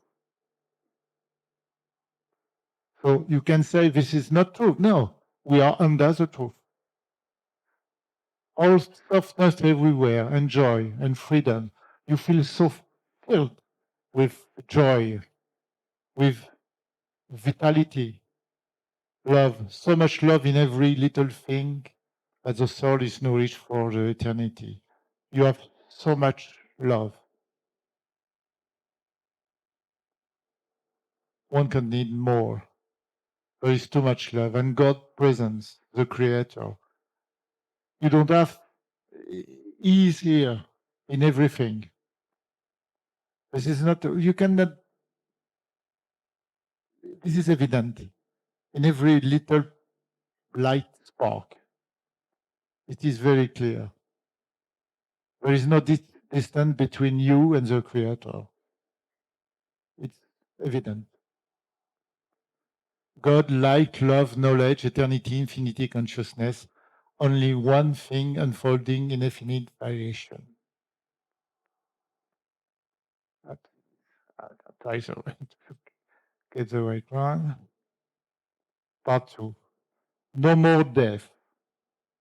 You are absolutely certain that in this place there is no death, no boredom, no more pain. It doesn't not exist here. It never existed and will never exist here in this world, higher world. Neither elsewhere. Because we think there is something like death here, but it is absolutely not true.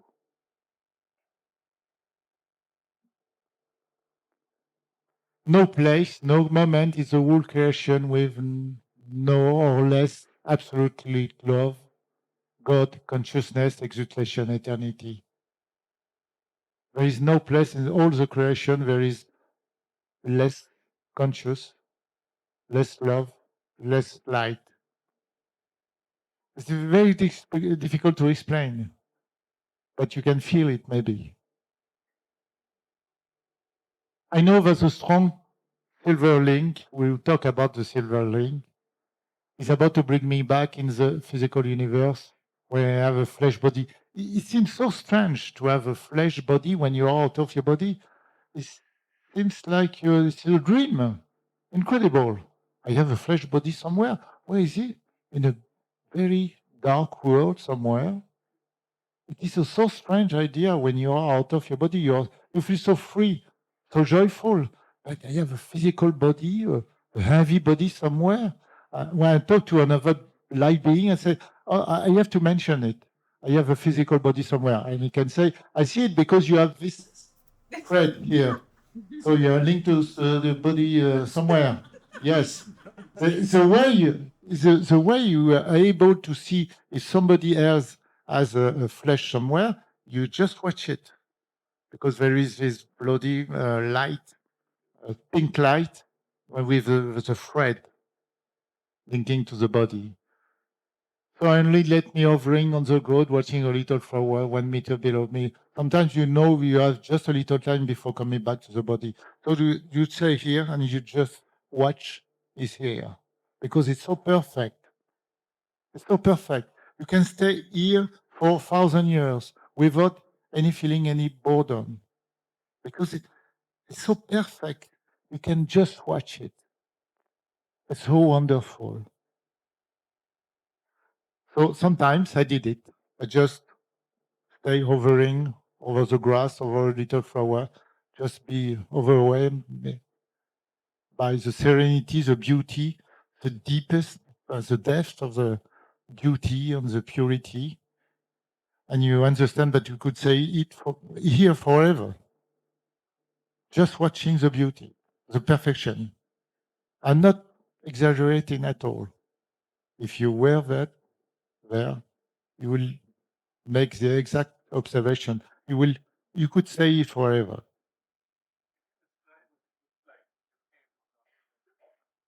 Can you describe what it looks like when you're looking at flowers? When you look at flower, you can see the particle of light composing the flower. For example, the flower. So you can see what we call le mouvement brownien, Brownian movement, particular moving, because you are so able to see very thin things. It's a very HD perception. Infinite ability to see very, very thin things. There is no limit. So you can see the most little particle, even most thin than atoms. You can see it, but it makes a shape of a flower. You can see that the reality is only light. It's like an ocean of light, making shapes. Your body is a shape, the flower is a shape, but it's like a flow. The reality is a flow of light, a flow, and the light is consciousness, pure consciousness. There is no difference between consciousness, God, and light. No difference. So you can see this the brightness, the colors. Yes, the colors are incredible. This is beautiful flower, Sure, this one. But in the other higher worlds, it's so incredible. Beauty, perfect beauty, perfection, absolute perfection. You see it, you are in it. There is no distance between you and your beauty and your absolute. I will try to make the answer after. Sorry. I'm trying to explain freely. We will go after. When all of a sudden I was pulled by my neck. When you are out of your body, this is very different from remote viewing, for example. You have not this silver link, what we call the silver link, when you are remote viewing, for example. Not at all. When you are out of your body, you can feel it, you can see it, and you can touch it. This bloody attachment here, this thread, linked to the physical body somewhere, and you are pulled by that. And so many times I try to fight against the power of this feeling. You did that thousands of times. I tried to not be pulled away and go. And sometimes I could resist. Sometimes, and plunge into a cold, dark, heavy, narrow, sling think, physical body. Oh, sorry, I'm back. Oops. Oh, sorry, I didn't get the word. So this is a drawing. So It's the reason why I'm saying that only superlatives can describe the out-of-body travel. We have not absolutely the case with remote viewing. When you remote view things, it's a kind more or less the same view, the same pictures than you have from the physical body, because it's only your energetic field that expands itself and goes away. When you are in your body of light, you feel superlatives, freedom, fabulous freedom. Freedom. We don't know what it is when we are in prison in a physical body. When you're out of your body, you feel free, but there's no word to explain it. Free. Consciousness. Much more wider consciousness than in the physical body. Few times. Tremendous joy. Joy. With no cause. No cause causing the joy. You are simply joyful. And it's like a wave. It's not like something you are, on earth when you are joyful. After that, you are a kind of deep depression. But no, it's not the case. When you are in your astral body, the joy is like that, in very high level. It's like a music. It's not decreasing at any moment. Peace. What is peace?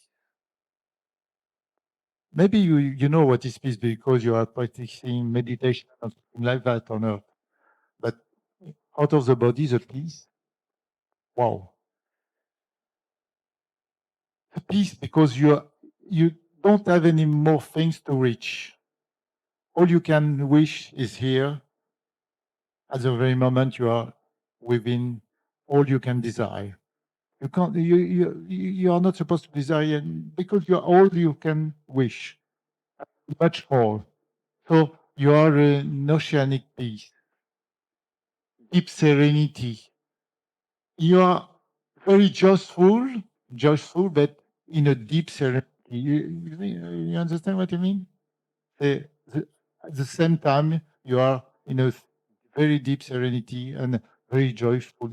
You feel very alive, as if you were. I don't want to remember. You feel a body of life full of energy, full of life, a joyful life.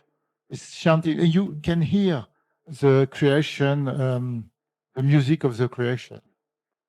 Every little spark is not only emitting light, it is producing music also. And the symphony. And each moment is a different symphony. You understand what I try to explain? It's a symphony. All your senses are here. You can feel. And the light is also a music, and the music is also a light. And the light is also as a touch, and also as a taste, also as a smell. Everything is mixed, but could be separate also because you are so powerful mind that you are able to feel all the stuff at the same time. It's incredible. Wonderful beauty. We're talking about beauty. In this world, all is perfect. And beauty, everything is absolute beauty. Flowers, trees, grass, your body, the atmosphere, the clouds, and so many things. Everything is absolutely perfect. You couldn't say that something could be improved. It is absolutely perfect. Absolutely. Very difficult to explain. I try to transmit it because I am a voyager. You can try to feel it. This is impossible to explain, but you will recognize it because you will go back. Everybody will go back to this world. Maybe not Mr. Macron, but not quickly. Sublime feeling and perception, because you have much more perception than those we have in the physical body. You have not only, for example, the smell, ability to see. We have more perception, impossible to describe. We can call it intuition, but it doesn't mean anything. So as we are in a physical body, we have less possibility to feel the world, to feel the universe. You are very reduced,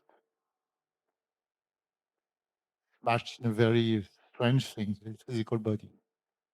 Magnificent knowledge. Also, you can access all knowledge you want. You just wish to have, and you know. There is no delay. There's no check. I want to know. I know. Communication between beings. You don't have to speak.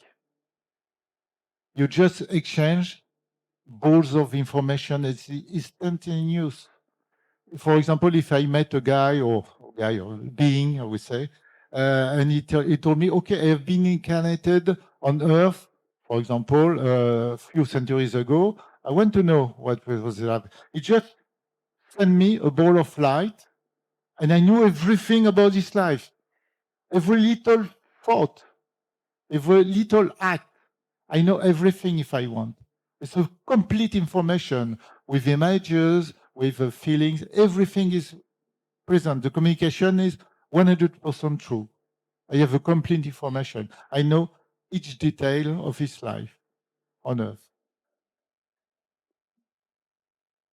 And as you imagine, Amazon wander everywhere, everywhere, far away from earthly imagination. Imagination is nothing. Imagination in a physical body, is only able to reproduce old things. Imagination is not a new thing. It's a little transformation of all things. When you are out of your body and you're discovering this world, everything is new. It is old, it is eternal, but it is new at the same moment. Absolutely new. There is nothing old. It is new. It is exactly as if the creation was permanent. At every little moment, the creator creates the reality, the infinite reality. You don't learn it, you see it, you feel it immediately. You understand what I mean? Difficult to find my words even in English, but I try. Okay, that's fine. So what I recommend is some little practices during this day. Shradaloo and ideas too. It's not an obligation. I suggest only. As soon as possible. As soon as possible, yes. If we can no longer focus on the physical shame and see each other as ball of light, even this room as an ocean of light, the surroundings far away, even all the planets, because we are forming shapes with our minds. You seem to have shaped this body as a shape, but you are forming this shape with your mind. With a different mind, as your mind out of the body, you see, yes, you see shapes, but you also see no shapes. Yoshi always said that Schrader is gone. La lumière indifférenciée. La lumière, how do you say that? Lumière indifférenciée. Light which is Yes, light could be seen as shapes, but no shapes at all at the same moment. Offline. So I will recommend to feel like there is no hierarchy. No, you know, I am here explaining things, but there is no hierarchy. You feel it and you live it when you are out of your body. There is no more hierarchy. There is no people here being that, there or there. All is equal. Because you see the reality, and in reality, there is no hierarchy. Nowhere. This is false, completely false. Don't let it happen at the very moment now. Feel it. There is no hierarchy. And as much as possible, no tension, no effort. We don't have to be perfect doing this type of exercise. We make a little concentration to feel it. No longer focus on other shapes, no hierarchy, no tension. We have not to be perfect, just introduce this idea in your intention for a few seconds.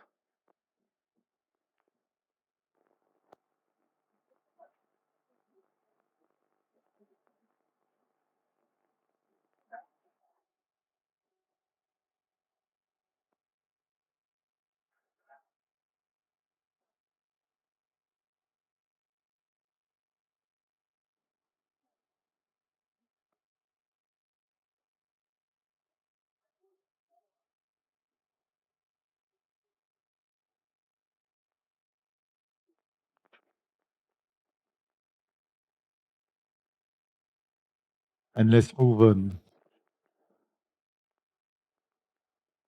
Now,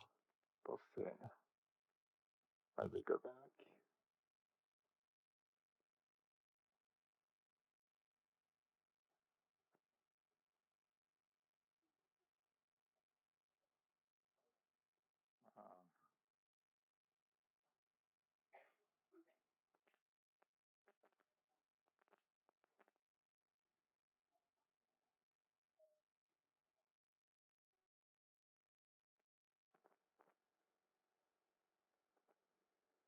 So we go back to the presentation. Thank you for doing it. Being an OBO voyager implies also that back in the physical body, you can remember everything. If you remember dreams, is it me? If you remember dreams, you're a dreamer. We try to not be a dreamer.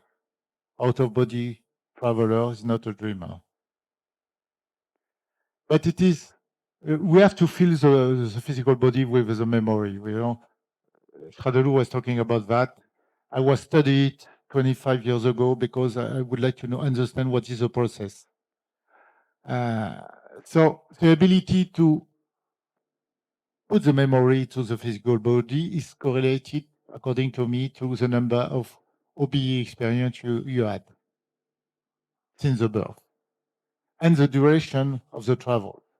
Because you can have very quick travel, you go out of the body, you are afraid, you go back in the body, it lasts at this moment 3 or 4 seconds. It's a trip. It's a very little trip, but it's a trip. But if you can go out of your body, for example, 2 hours, it's a more interesting experience. So it is correlated to the number of experience multiplied by the duration of the experience. The more your experiences, the more you are able to bring the memory in the physical body. So we have to train. The range of the travel on the vibration scale. Many travelers are not able to go out of the physical world. I would say it is very rare. If you heard about, for example, the EIC, we're talking about EIC. Many people are just staying around the physical world. There is a reason why. You were talking about that. It's the quality of the consciousness. This is basic fact. We'll be talking about also about this organization, EIC. And here you will have explanation that don't provide in their courses. So you will gain an additional value in this presentation. I know them. I met them 20 years ago. I met Nancy Trivelato, and I was very surprised because I did not know where it existed. It was in Amsterdam. So I read the program and the schedule and say, out of body experience. So, very nice guys. Do you know Nancy Trivelato? Nancy Trivelato. Yeah, you know her? She's very bright aura. Yes. Yeah. So the energetic plasticity, because your energetic body, your structure, has to learn many things to be able to convey the information in the physical body. Shradeu was mentioning it. In the book, you will find or I tried to understand the process. I divided my consciousness in 3 layers. I remember that. I was so curious to understand the process. So I divided. Nobody taught me, but I was able to do that because I knew how to do that. So energetic plasticity is very important. Neuronal plasticity. At the end of the day, the physical body has to remember, but is going to improve his abilities. The more you are experiences, the more he is efficient. And there is limits. I will take the example of the colors. If you see out of your body colors that doesn't exist in the physical world, how to explain to the physical body? Because it doesn't know this color. It doesn't exist. For example, if blue doesn't exist in this world, I take this example. I go back in this world and said it was blue, but blue doesn't exist. So the physical body could say, okay, it's a kind of red. No, absolutely not. Kind of yellow, alors. No. Green? No. Blue. So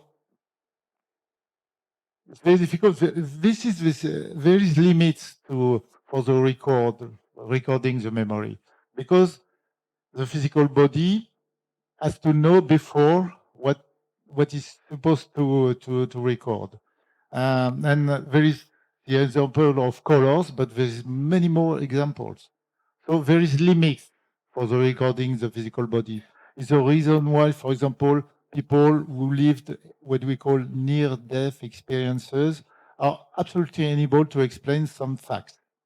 And they know they have forgotten something. So there is one reason, first of all, because the memories are impossible to record in the physical body. And when you are living in an NDE, you are not a traveler. You just most part of the time, it's just one time. So they're not able to learn how to convey the information. After 100, 1,000, and 2,000 and 5,000 travel, you are most, I would say, efficient to convey the information in the physical world. The more you are traveling, the more you are efficient to modify your physical body and to set up what we call a metamorphosis. There is a real metamorphosis. And we know, you know, some students of me, and you can see the metamorphosis of this physical body. They are different. So as I told, similar data already reached in the flesh to be displayed later. Yes.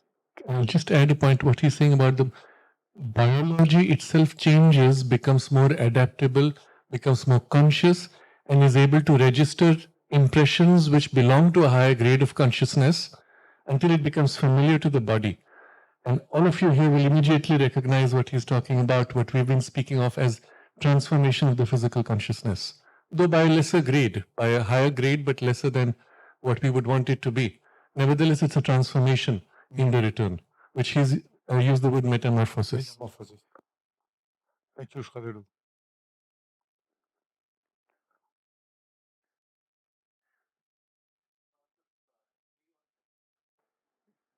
In this process, will you also see gods, demigods, when you are a light being?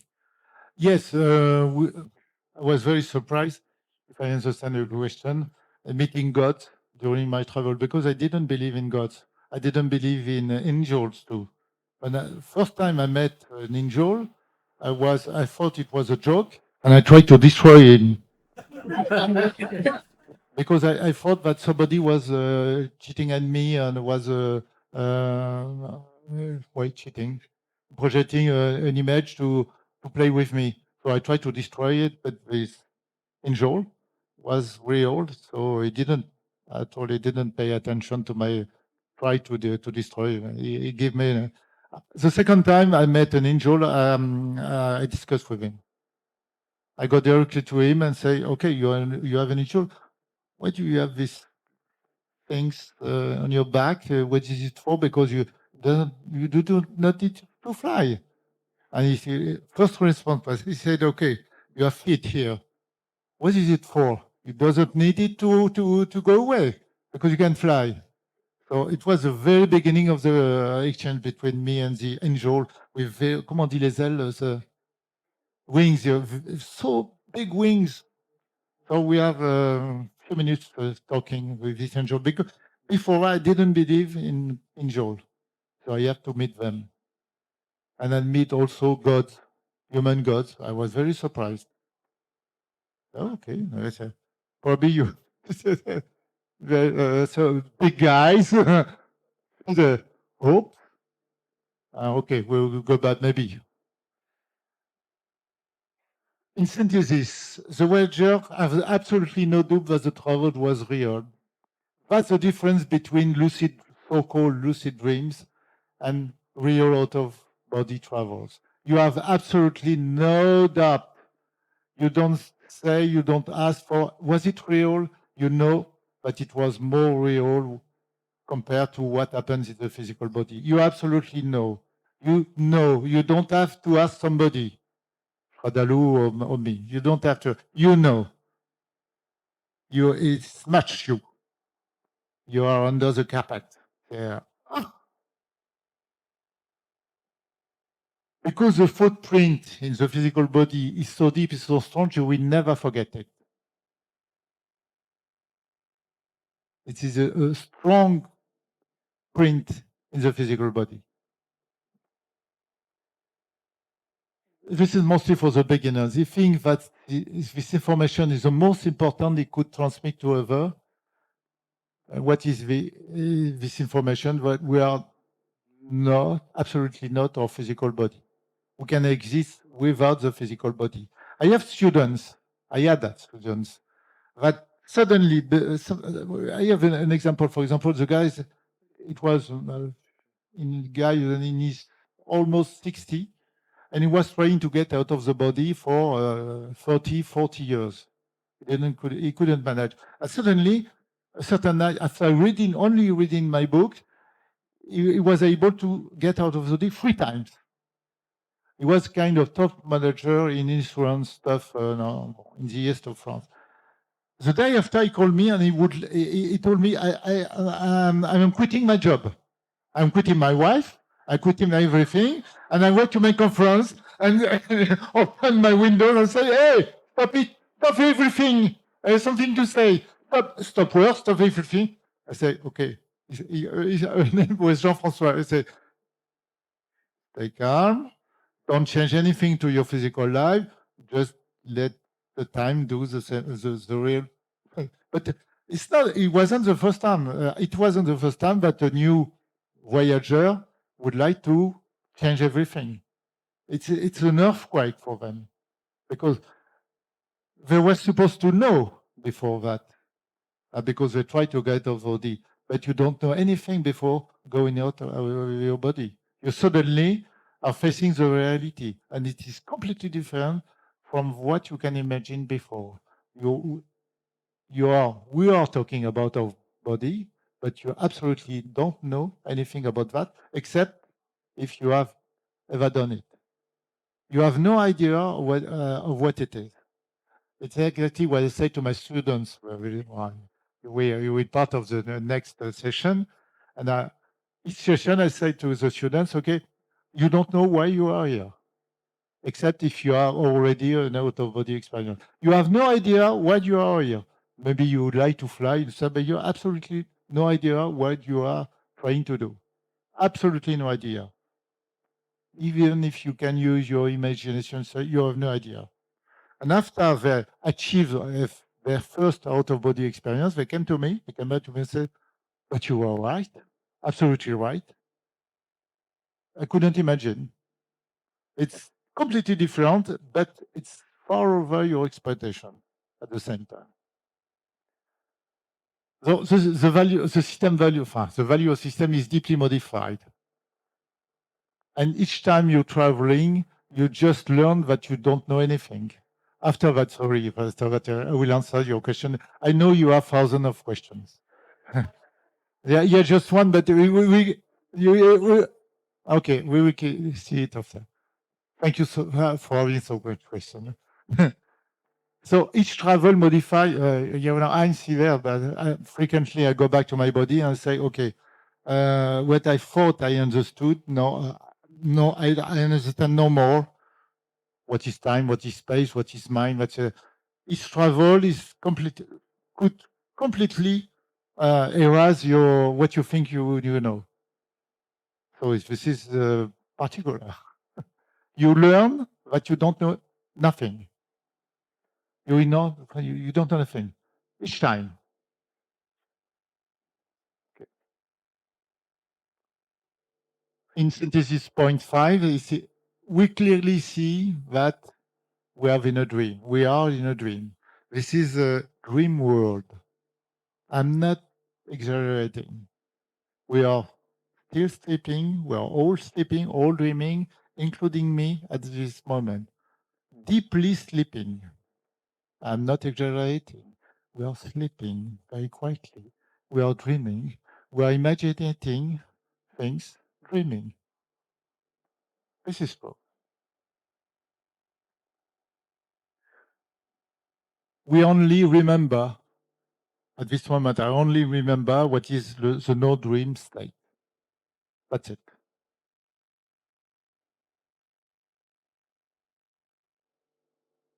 So as you know, I went through this quickly. We have a physical, how is it possible to create a body? Because we have a physical, energetic body, a body of light, and some other higher body won't take into account today because when you can quit your body of light in the traditional knowledge of Indian people, there is arupa form. It's not a form. We know these bodies, but we won't mention it today because we have so many things to explain. So we have these bodies and some other. So this is very important learning. You don't find it in the ESA program, I think. Did you see it in the ESA program? You see it? This one? No. You see it? Okay. I didn't know. Okay. This is the way you are incarnated. We are incarnated. This is the physical body. This is the body of light. Excuse me, I draw it myself. I have the level of the 4 years child. It takes 2 hours for me to draw it. So, body of light, physical body. Inside the physical body, there is these canals, what you call in India, nadi. This is absolutely real. This is not imagination. This is real. There is thousands of nadi. When you're out of your body, this is a bad news. You have also this root, this canal inside your body of light. When I discovered it 30 years ago, I was very disappointed because it was a terrible news for me. I have this bloody energetical structure inside my body of light. And the connection when you're out of the body, the connection with your body is an extension of these systems. So you have to understand the process because it explains everything about the out-of-body experience. So you have two structures, two nadi systems. They are merged, fusionnés, melted when you are within your body. When you quit your body, there is few links. If you are very close to your body, remainings, but when you come very far away your body, you have just this one. It is connected on your astral body here. No else, no somewhere else. Exactly at this place. If somebody tells you, yes, the cord, what we call the silver cord, silver link is here or here on the astral body, it doesn't know anything. It's always connected here. Don't ask me why. It's a fact. It is here. So I saw it, I touched it, I studied it, so I made this drawing. And on the physical body, it could be, I'm not so sure, connected here. Maybe could travel, but on the astral body is here, nowhere else. So what is the phenomenon? How does it work? Normally, in this state, you are in your physical body. It's exactly like the kind of magnetic effect between this structure and this one. Normally, they stick. It is stuck. This is a normal state, incarnated. You have to be aware. This is probably the most important drawing because it will explain everything. So, two Nadi system, not only one, two. In this one and this one, linked by this one, what we call the silver link. But in fact, this is a unique system, what I call the incarnation system. Is there any question about this? Because this is so important. I have to push after that. It's understood by everybody? Yes, yes, yes. Very important to understand.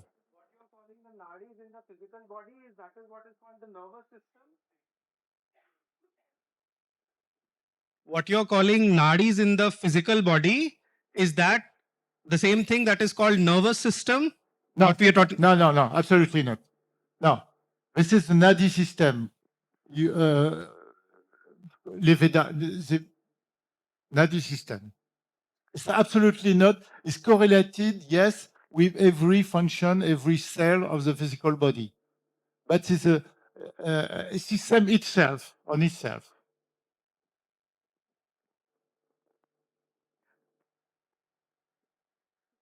Is it audible? Yeah.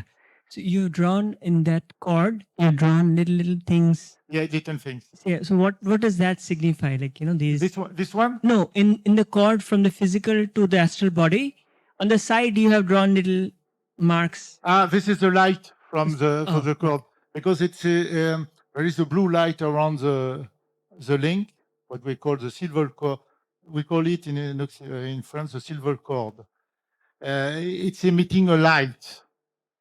When you are, we all know the heart as travelers, but we are pulled towards the physical body by this bloody thing. We all know that. I will give you some detail. For example, the size of this thing, when you are very close to the physical bodies, could be between this diameter and this line. Okay? Okay. When you go far away from the physical body, it's getting thinner and thinner. At the end of the day, quickly, it's thinner than a spider thread. And it could disappear quickly. You're not able to see it even with your astral ability, body of light ability, but it is present. And how do you know it is present? Because there is this pink red radiation here, because it's not exactly directly there. It's expanding before coming in the body of light with thousands of threads. And you can watch it, you can feel it.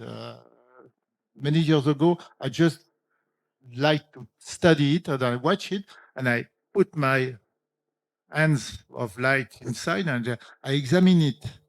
How is it bloody things that is functioning? But because also, I have to explain it, when you are in your body of light, you have not the ability to see as you have in the physical body. Every particle of your body of light is able to see. You know? Each particle is able to see. So you can see in all the direction at the same time. So there is no difficulty to see behind your, no, absolutely no difficulty. You can see everything. You have a global hemispheric view. You have, for example, if I watch from far away this flower, I can see the flower for every direction at the same time, including if I was inside the flower.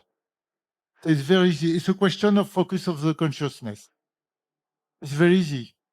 difficult for the body, flesh body, when you coming back to explain that you can see in all directions at the same moment. Difficult for it. So maybe you can try, as I do sometimes, to facilitate the record in the physical body, because you can control your vision, angle vision. So sometimes I just want to see like that, or like that, because it's easier to record it in the physical body. But if you don't pay attention, you see in all directions at the same time. One more Okay. question. Yeah. Thank you, Mark. Up till now, I felt I had a lot of misconceptions as to what out-of-body experience really means. It's not finished. Yeah. So I recently did the Vipassana meditation, and on my 10th day, I felt this really strong energy, like really pulling me up, pulling me up, pulling me up. And it was just very strong. And I just didn't know how to channel that energy or what was really happening. Yeah. So Were you in yeah. you were in your physical body? Yeah, I knew Oh, I was yeah, in. yeah. I knew, Because yeah. there is many things that are happening, what we call the chakra. For example, you have the, as the tradition says, there is real chakra. This is really, it's like, we can see it. As if, no, I did, it's drawn in the book. I tried to draw because I did it myself also. There is the most powerful chakra is the top of the head. Sahasrara. So you can feel energy Yeah. flowing through different chakra points. Yeah. There is many chakras all along the body. Yep. Here. You can see it when you see the energetic field. Right. It's not exactly how it is described on or when you see on internet. It's like I will show you. It's like, for example, and at the back, it's like a geyser. It's a turning also. There is no. It's a vortex. It's not exactly, not at all, but I would say of the colors, it is drawn everywhere. Absolutely not. I don't see blue here, but no, that's not true. That's not true. Absolutely not true. I don't know. It's a myth. You have colors, but energetic field, energetic light is mainly blue. Sometimes a little bit pink or red, because I see it every time, even at the moment. So it's blue, yes, but not yellow. But very rare. So this is the way you are incarnated. And we go back to that because it is the most important drawing. So thousand and thousand of energy threads. Those threads are called nadi, So, this is not only, this is physical matter. ESA made some research, probably you know that, some research with an ERM, and they were, yes, they were able to make pictures, photography, and films, movies about the energetic field because it's material. So it interferes with magnetic fields. Look, there is different states concerning this energetic matter. Though there is tubes, channels, artery, but there is something circulating inside, like fluid, energetic fluid. It's very complex, but it's not so difficult to understand. Can I just ask something about the silver thread? Yes. Like when you are pulled back to your body, like how do you reintegrate your body because you are pulled by here, so you go head first? No. How does it work? Normally, there is maybe you have seen it also. Even if you are very far away, it suddenly pull you back just, I would say, over there.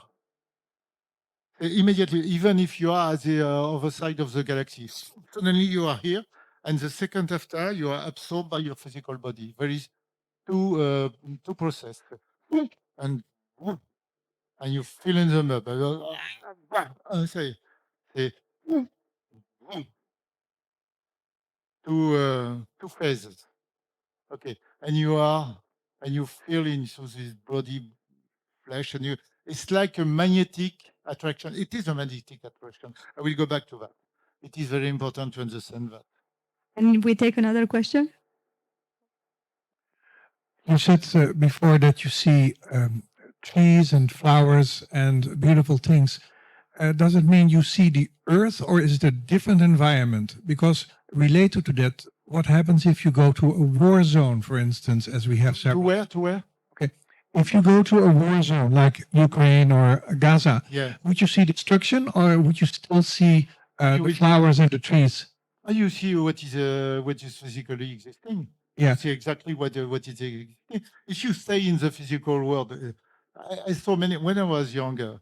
I saw many things out of my body that I learned before discovering it with my physical body. For example, I went to the ocean, and I saw the ocean before coming physically to the ocean. Another example, I saw people making love when I was very young out of my body. I was very surprised, but I was informed by this way. I didn't. My parents didn't mention it. So you see the reality. So you can go to a place on earth, but also to different realms where you see angels and these creatures. We will talk about that. Wait here. We'll talk about that. But it's a good question.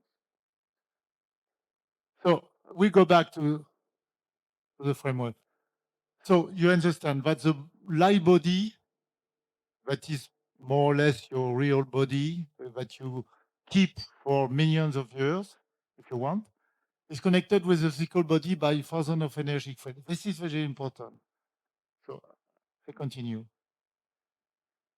We are linked with the material body by the energetic, what we call glue, mud. This is absolutely that. We feel like we are totally submerged in a sticky mud. The glue is absolutely not subtle in any sense. No, it is light. No, it is a high state of reality. But for non-voyagers, this mud is subtle, light, delicate. We heard about, for example, the pranic guys nourishing by... No, absolutely no light. It's a deep mud, bloody mud. Disgusting. I try to refer to Shreomindo and Admiral Fassa. I'm not very clever because you know so much compared to me. I don't know anything, more or less anything. But the glue is the vital itself. There is few steps because we see, for example, if you see the energetic field, we can see this deep blue layer, and there is another layer much wider, clearer, and you see that, if you can see that. So very different state of vibrational state of this matter. Mer was talking about that. She said, I think it was, I don't remember, it's 7 or 11 states. But it is amazing. You remember when you were in France 1 year ago, you teach an exercise, what I did 3 days before without knowing anything about this exercise. It was more or less the same exercise. Do you remember, Roisan? Okay. Are you here? Do you remember that? We are exactly because we have the same knowledge, more or less. So we made the same exercise. Okay. So glow, more or less, it's what we call the vital. Okay. There is many things to say about the vital, but let's concentrate on the subject today. The energetic glue is the only thing that imprisons us in the physical body. This is the only cause. So, what can we do? We must find something to neutralize the glue effect, what I call the energetic gravity. But it's not more difficult. There is only things to do is to neutralize the energetic gravity, the energetic glue. Is it clear? It is very simple. You have nothing to seek. C'est just this fact. C'est only that. How to do it?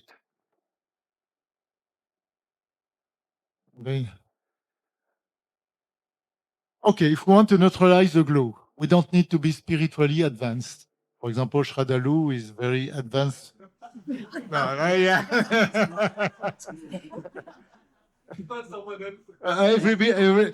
Each of you is very advanced, including Shraddhalu. We don't need any master, any guru. We don't need time. We don't need to read many books, including mine. We have only to understand how to do it and to practice. We are just to understand the process and to practice. That's it. I continue. So you already know that. Energy is under the power, directly under the power of the mind. For example, if you take your hand, if you feel your thumb, the energy is flowing immediately towards the thumb. You can see it. The energy flows where you put your consciousness. It's very simple. It doesn't take time, it's immediate. So you control the energy by your mind. If I went to change the subject, the way some ETs are driving their vehicles directly by the energetic field. Maybe we won't have time to explain it, but they use it. So energy obeys immediately. It obeys to your mind, even if your mind is not clear. So you have to control your mind if you want to control your energy. Because your energy, if you want to move it, and that's what energy does. Because every second you change your ideas. Not you, because you're very evolved people. But most people on Earth are changing their energy direction. One point, every mental desire strengthens the glue effect. Every mental desire. You activate your energetic field and the gravity effect only by your desire. Every desire. Marc, I continue. I just want to comment on the point number 3. When he says it obeys even the orders we are not aware of consciously. Yeah, Okay? consciously. So inside your mind, there are beliefs. There are desires implicit you're not conscious of. Parts of the mind which are scattered in 20 different directions. And all of that is having the negative effect. So that's what he was describing by this movement of agitation. I think this I wanted to highlight because he touched upon it briefly, but it's implicit to everything else he will explain. Yeah, thank you, Shraddhalu. It is mental desire and vital desire. All desire are improving the energetic activity, gravity. All, absolutely all. I will take. What is a desire? It's my opinion, it's my... Desire could be illustrated by the distance between where I think I am and where I'd like to be. Or what I think I am and what I'd like to be. The more the distance is huge, the more the strength for melting these two things has to be important. So the more the distance is big, the more the mental desire is powerful, the more the energy is stimulated and sticks you deeply in the physical body. The only thing that sticks you in the physical body is a desire. Let's go further. Top branch desire, because there is many desire. We'll go back to this, but the most powerful desire to stick you in the physical body are spiritual desires. There is nothing more powerful. Non-duality desire, spiritual realization desire, nirvana desire, immortality desire, spiritual awakening desire, desire of getting out of the reincarnation curse. You remember this guy, I will talk about that, the Buddha. You know, he was looking for the, la réalisation, the truth, the realization. He has been working on it for, I don't know, 30 years, 40 years, I don't know now. And he reached the target when he gave up everything.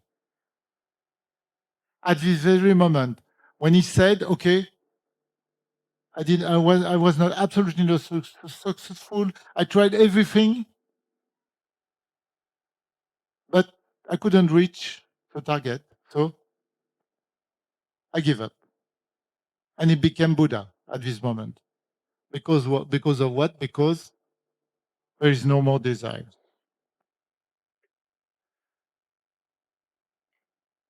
I took this example. So I will let Shradalu explain spiritual advanced position is very strong desire.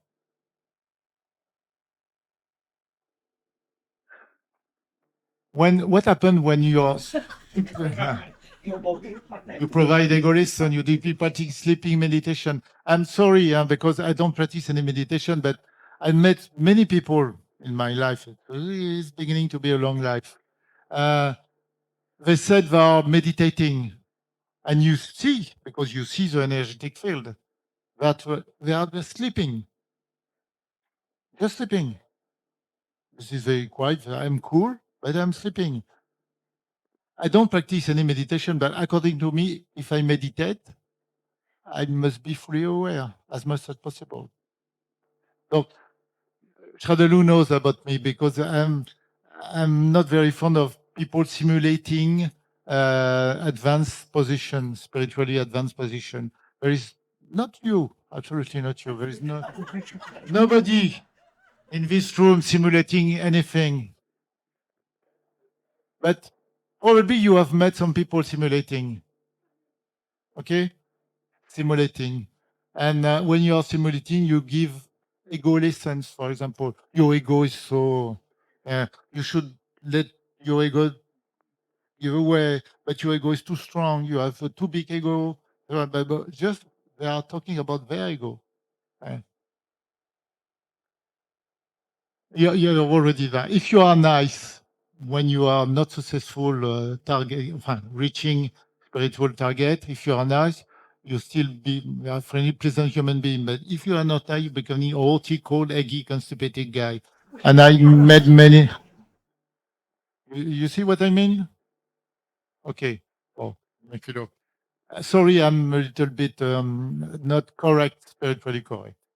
But it's the reason why when I was, because I meet this guy, I was 20 and I met so-called spiritually advanced guy that was supposed to have abilities, skills.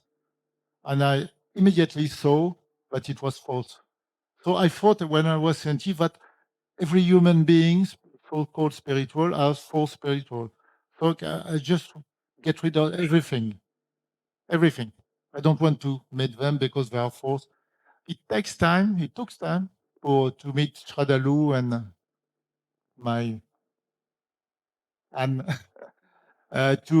to meet authentic, real spiritual researchers.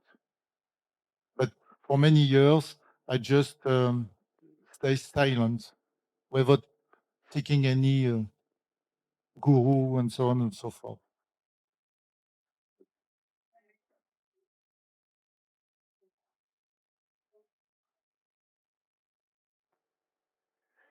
Another point, yeah. So I wish to continue because it's very important.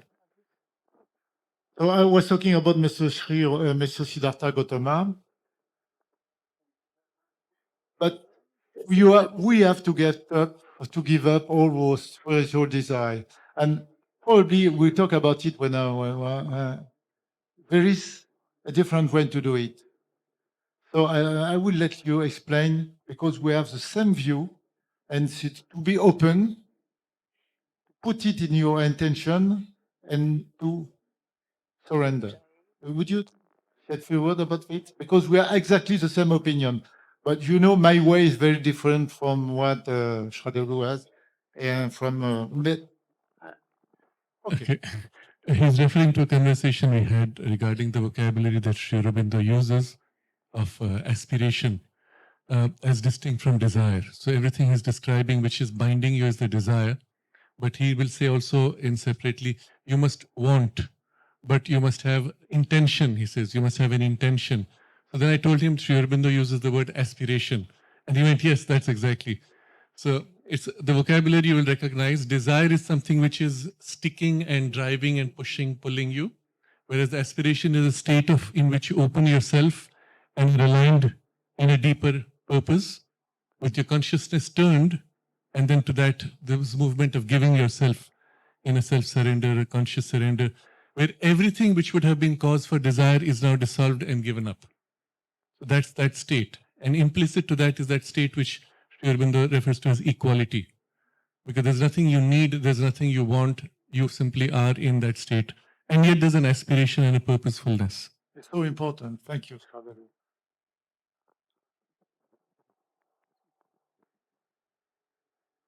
So there is 4 conditions to get out of the body where we are talking about the strength of the desire that sticks us in the physical body.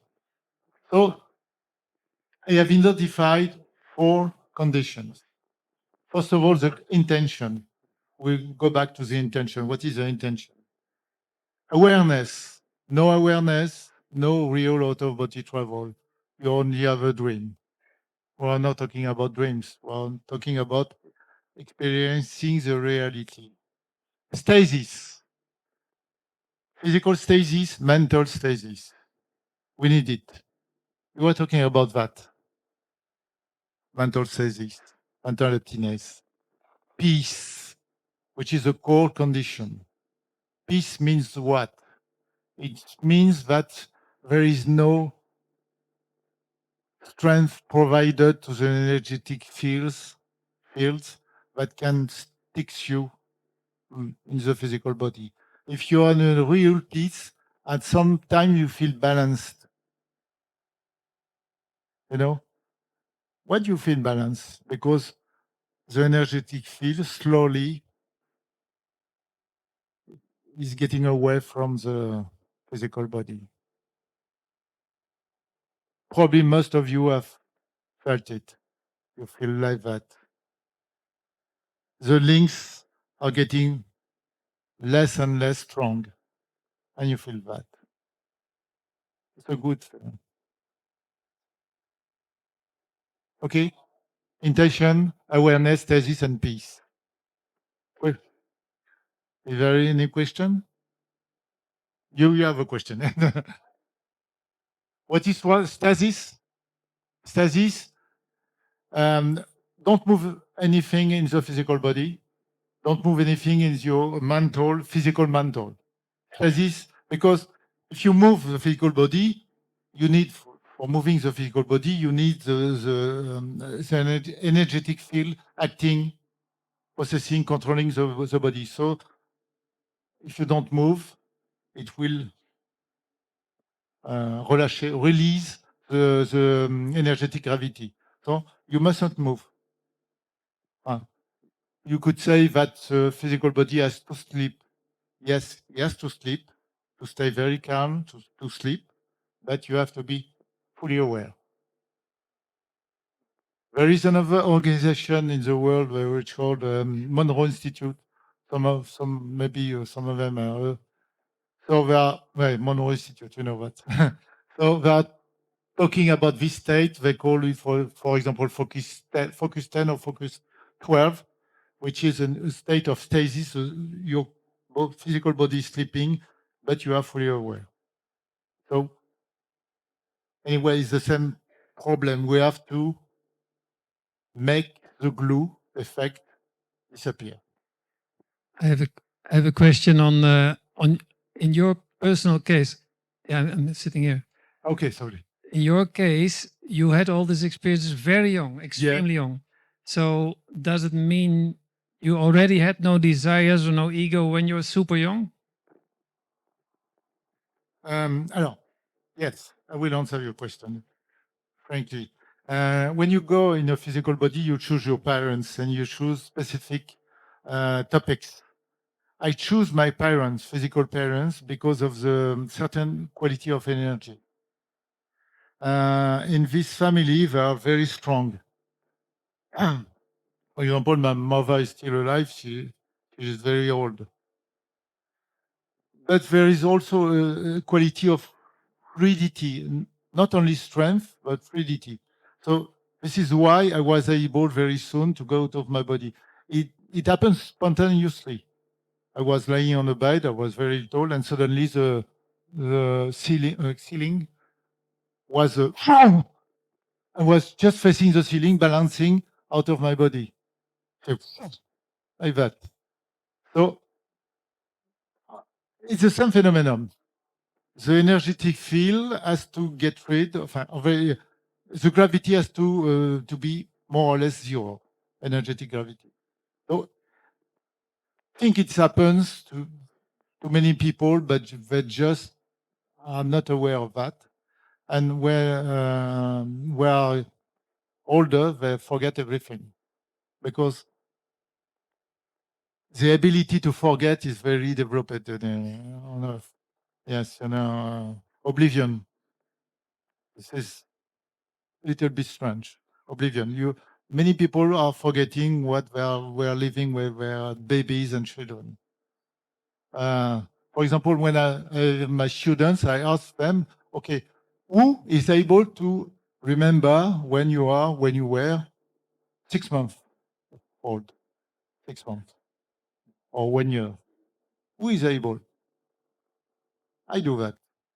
But for me, it is quite normal. But most people are not able to remember when they were 6 months or 8 months or 12 months. I remember everything. And it is normal. Can I add just for your question? When you said at that age, was he free of desire and ego, etc.?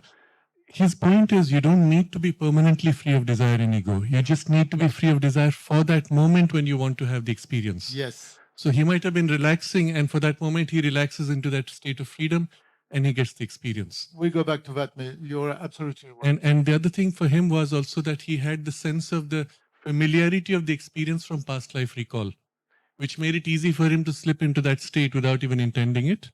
And third point I want to make, because he keeps speaking about the recall of past memories, including down to 6 months old or when he was in the womb.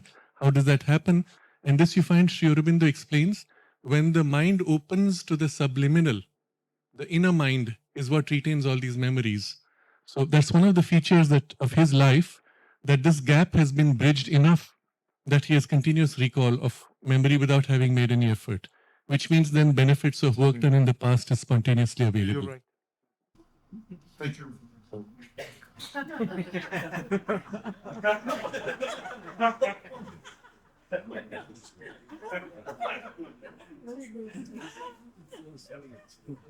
Intention. I don't know what's the time. 12:30. Okay, I will go quickly to respond. It's the important point. Intention. This is the most important parameter. Do not install strong desire, but a light one, a delicate one, as you were talking about Sri Aurobindo. This guy is very nice, Sri Aurobindo. Intention must be like an Himalaya or pure stainless tool. I'm not, I have comment dirais-je, je suis pas très respectueux. I'm not so respectful of animal. But okay, I respect the ideas and the experience. But you must be very, very like an Himalaya pure steel, but as light as a fever. Do not try, very important point. If you wish to go out of your body, do not do that because you want to solve any physical problem. Because this will immediately reinforce the strength of the energetic gravity. So you don't use it for material things, glass, health problem, fears, love affair, money, and so on and so forth. All these materials targets will strengthen the energetic gravity. It is so important. But invite in your mind curiosity, thirst for exploration, knowledge, truth, absolute, whatever you must give up to reach it. As Shradalu said a few minutes ago, it's just for a moment, just for the training. You are exactly when you have to climb a mountain, you don't take your all belongings with you. You just get rid of everything and you become as light as possible to climb the mountain. Exactly the same thing. So do not imagine anything before knowing what it is, except if you have ever, before, if you had an out-of-body experience, you know what it is. But before that, you don't imagine, because what you can imagine is physical, and it will stick you in the physical body. Don't imagine anything. You will be surprised, I'm afraid. Awareness, no sleep, no dream. No sleep, no dream. Lucid dreaming is a dream. Stay fully aware. Even when find superior awareness, you will understand what is this superior awareness. It will be very clear. Keep your memory. This is another face of the consciousness. Memory is very important. For example, if you are fully aware now, but you have forgotten now what happened 5 minutes ago, what is the value of your consciousness? So it's like the two faces of a coin: consciousness, memory. Be as open as possible. Do not use ordinary mental activity, as we are going to see it. It's possible, do not translate thoughts to your verbal language. We were talking about how to control the mental mind, physical mind. One of the techniques I use is to stop translating my thoughts into the French, for example. I immediately found it. So when you stop translating, something happens, you make a distance between you, you become a kind of observer, a witness, and you facilitate your mind to be quiet. Stasis, what is stasis? Physical body fully asleep, but you don't sleep. Energetic movement as quiet as possible. Remember, the more you are desiring, the more the energetic field is strong. Do not move anything. Relax all muscles. Release all effort in your body. Reduce heartbeat and breathing softly, gradually. It's only a question of training. There is no difficulty. It's only a question of training. I will go back to that as a sport, as piano lessons, as anything, mathematics, for example. It's only a question of training. You don't have to be perfect. You only have to train. And you can learn it quickly. Peace. You were so nicely speaking about peace. What is peace? After setting out the intention and once the physical body is deeply upset, just let it go. Do nothing.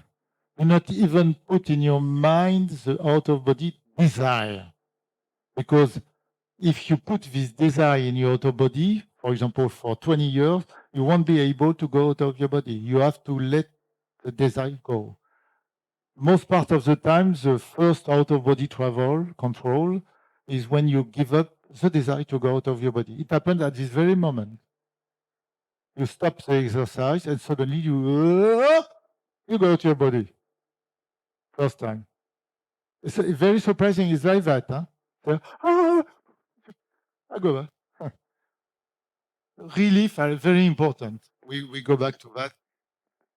Relieve yourself at all your material desire because it strengthens energetic gravity. Object attachment, past and present, because the object you possessed before are still here in your mind. So get rid of that. Not the fact you are possessing something, but the psychological load. You know, you have to voluntarily get rid of it, or just during the exercise. It's a little load, but thousands of little load takes you in your physical body. Attachment to the object, attachment to any relationship, past and present, real and virtual, real and virtual. I have an example when we could go back to this example, but even a virtual relationship could provide a strength to the energetic gravity. Look, be aware that the most powerful relationships are in the human mind with the father and the mother. So you have to neutralize that for a few minutes. Sorry. Even with your dog, even with your beloved ones, for example, if you are married, your husband or your wife. Just to get rid of it for a few minutes, because you are stuck in your physical body if you activate this desire. Attachment to the physical body needs sleep, eating, drinking, sensuality, security, past and present. Attachment to the earthly beliefs, the so-called knowledges. There is so many things you believe in, but you don't know yet, that probably travelers know that. Most parts of what we call knowledge, reality is absolutely false, or not exactly true. So you see it when you go out of your body. It's very difficult to reappropriate this so-called knowledge. So you have to get rid of it for the training. Everything you think is true, maybe it's not true. But you are, the point is that you are attached to these beliefs, to these opinions, and all the psychic human mechanism. Okay?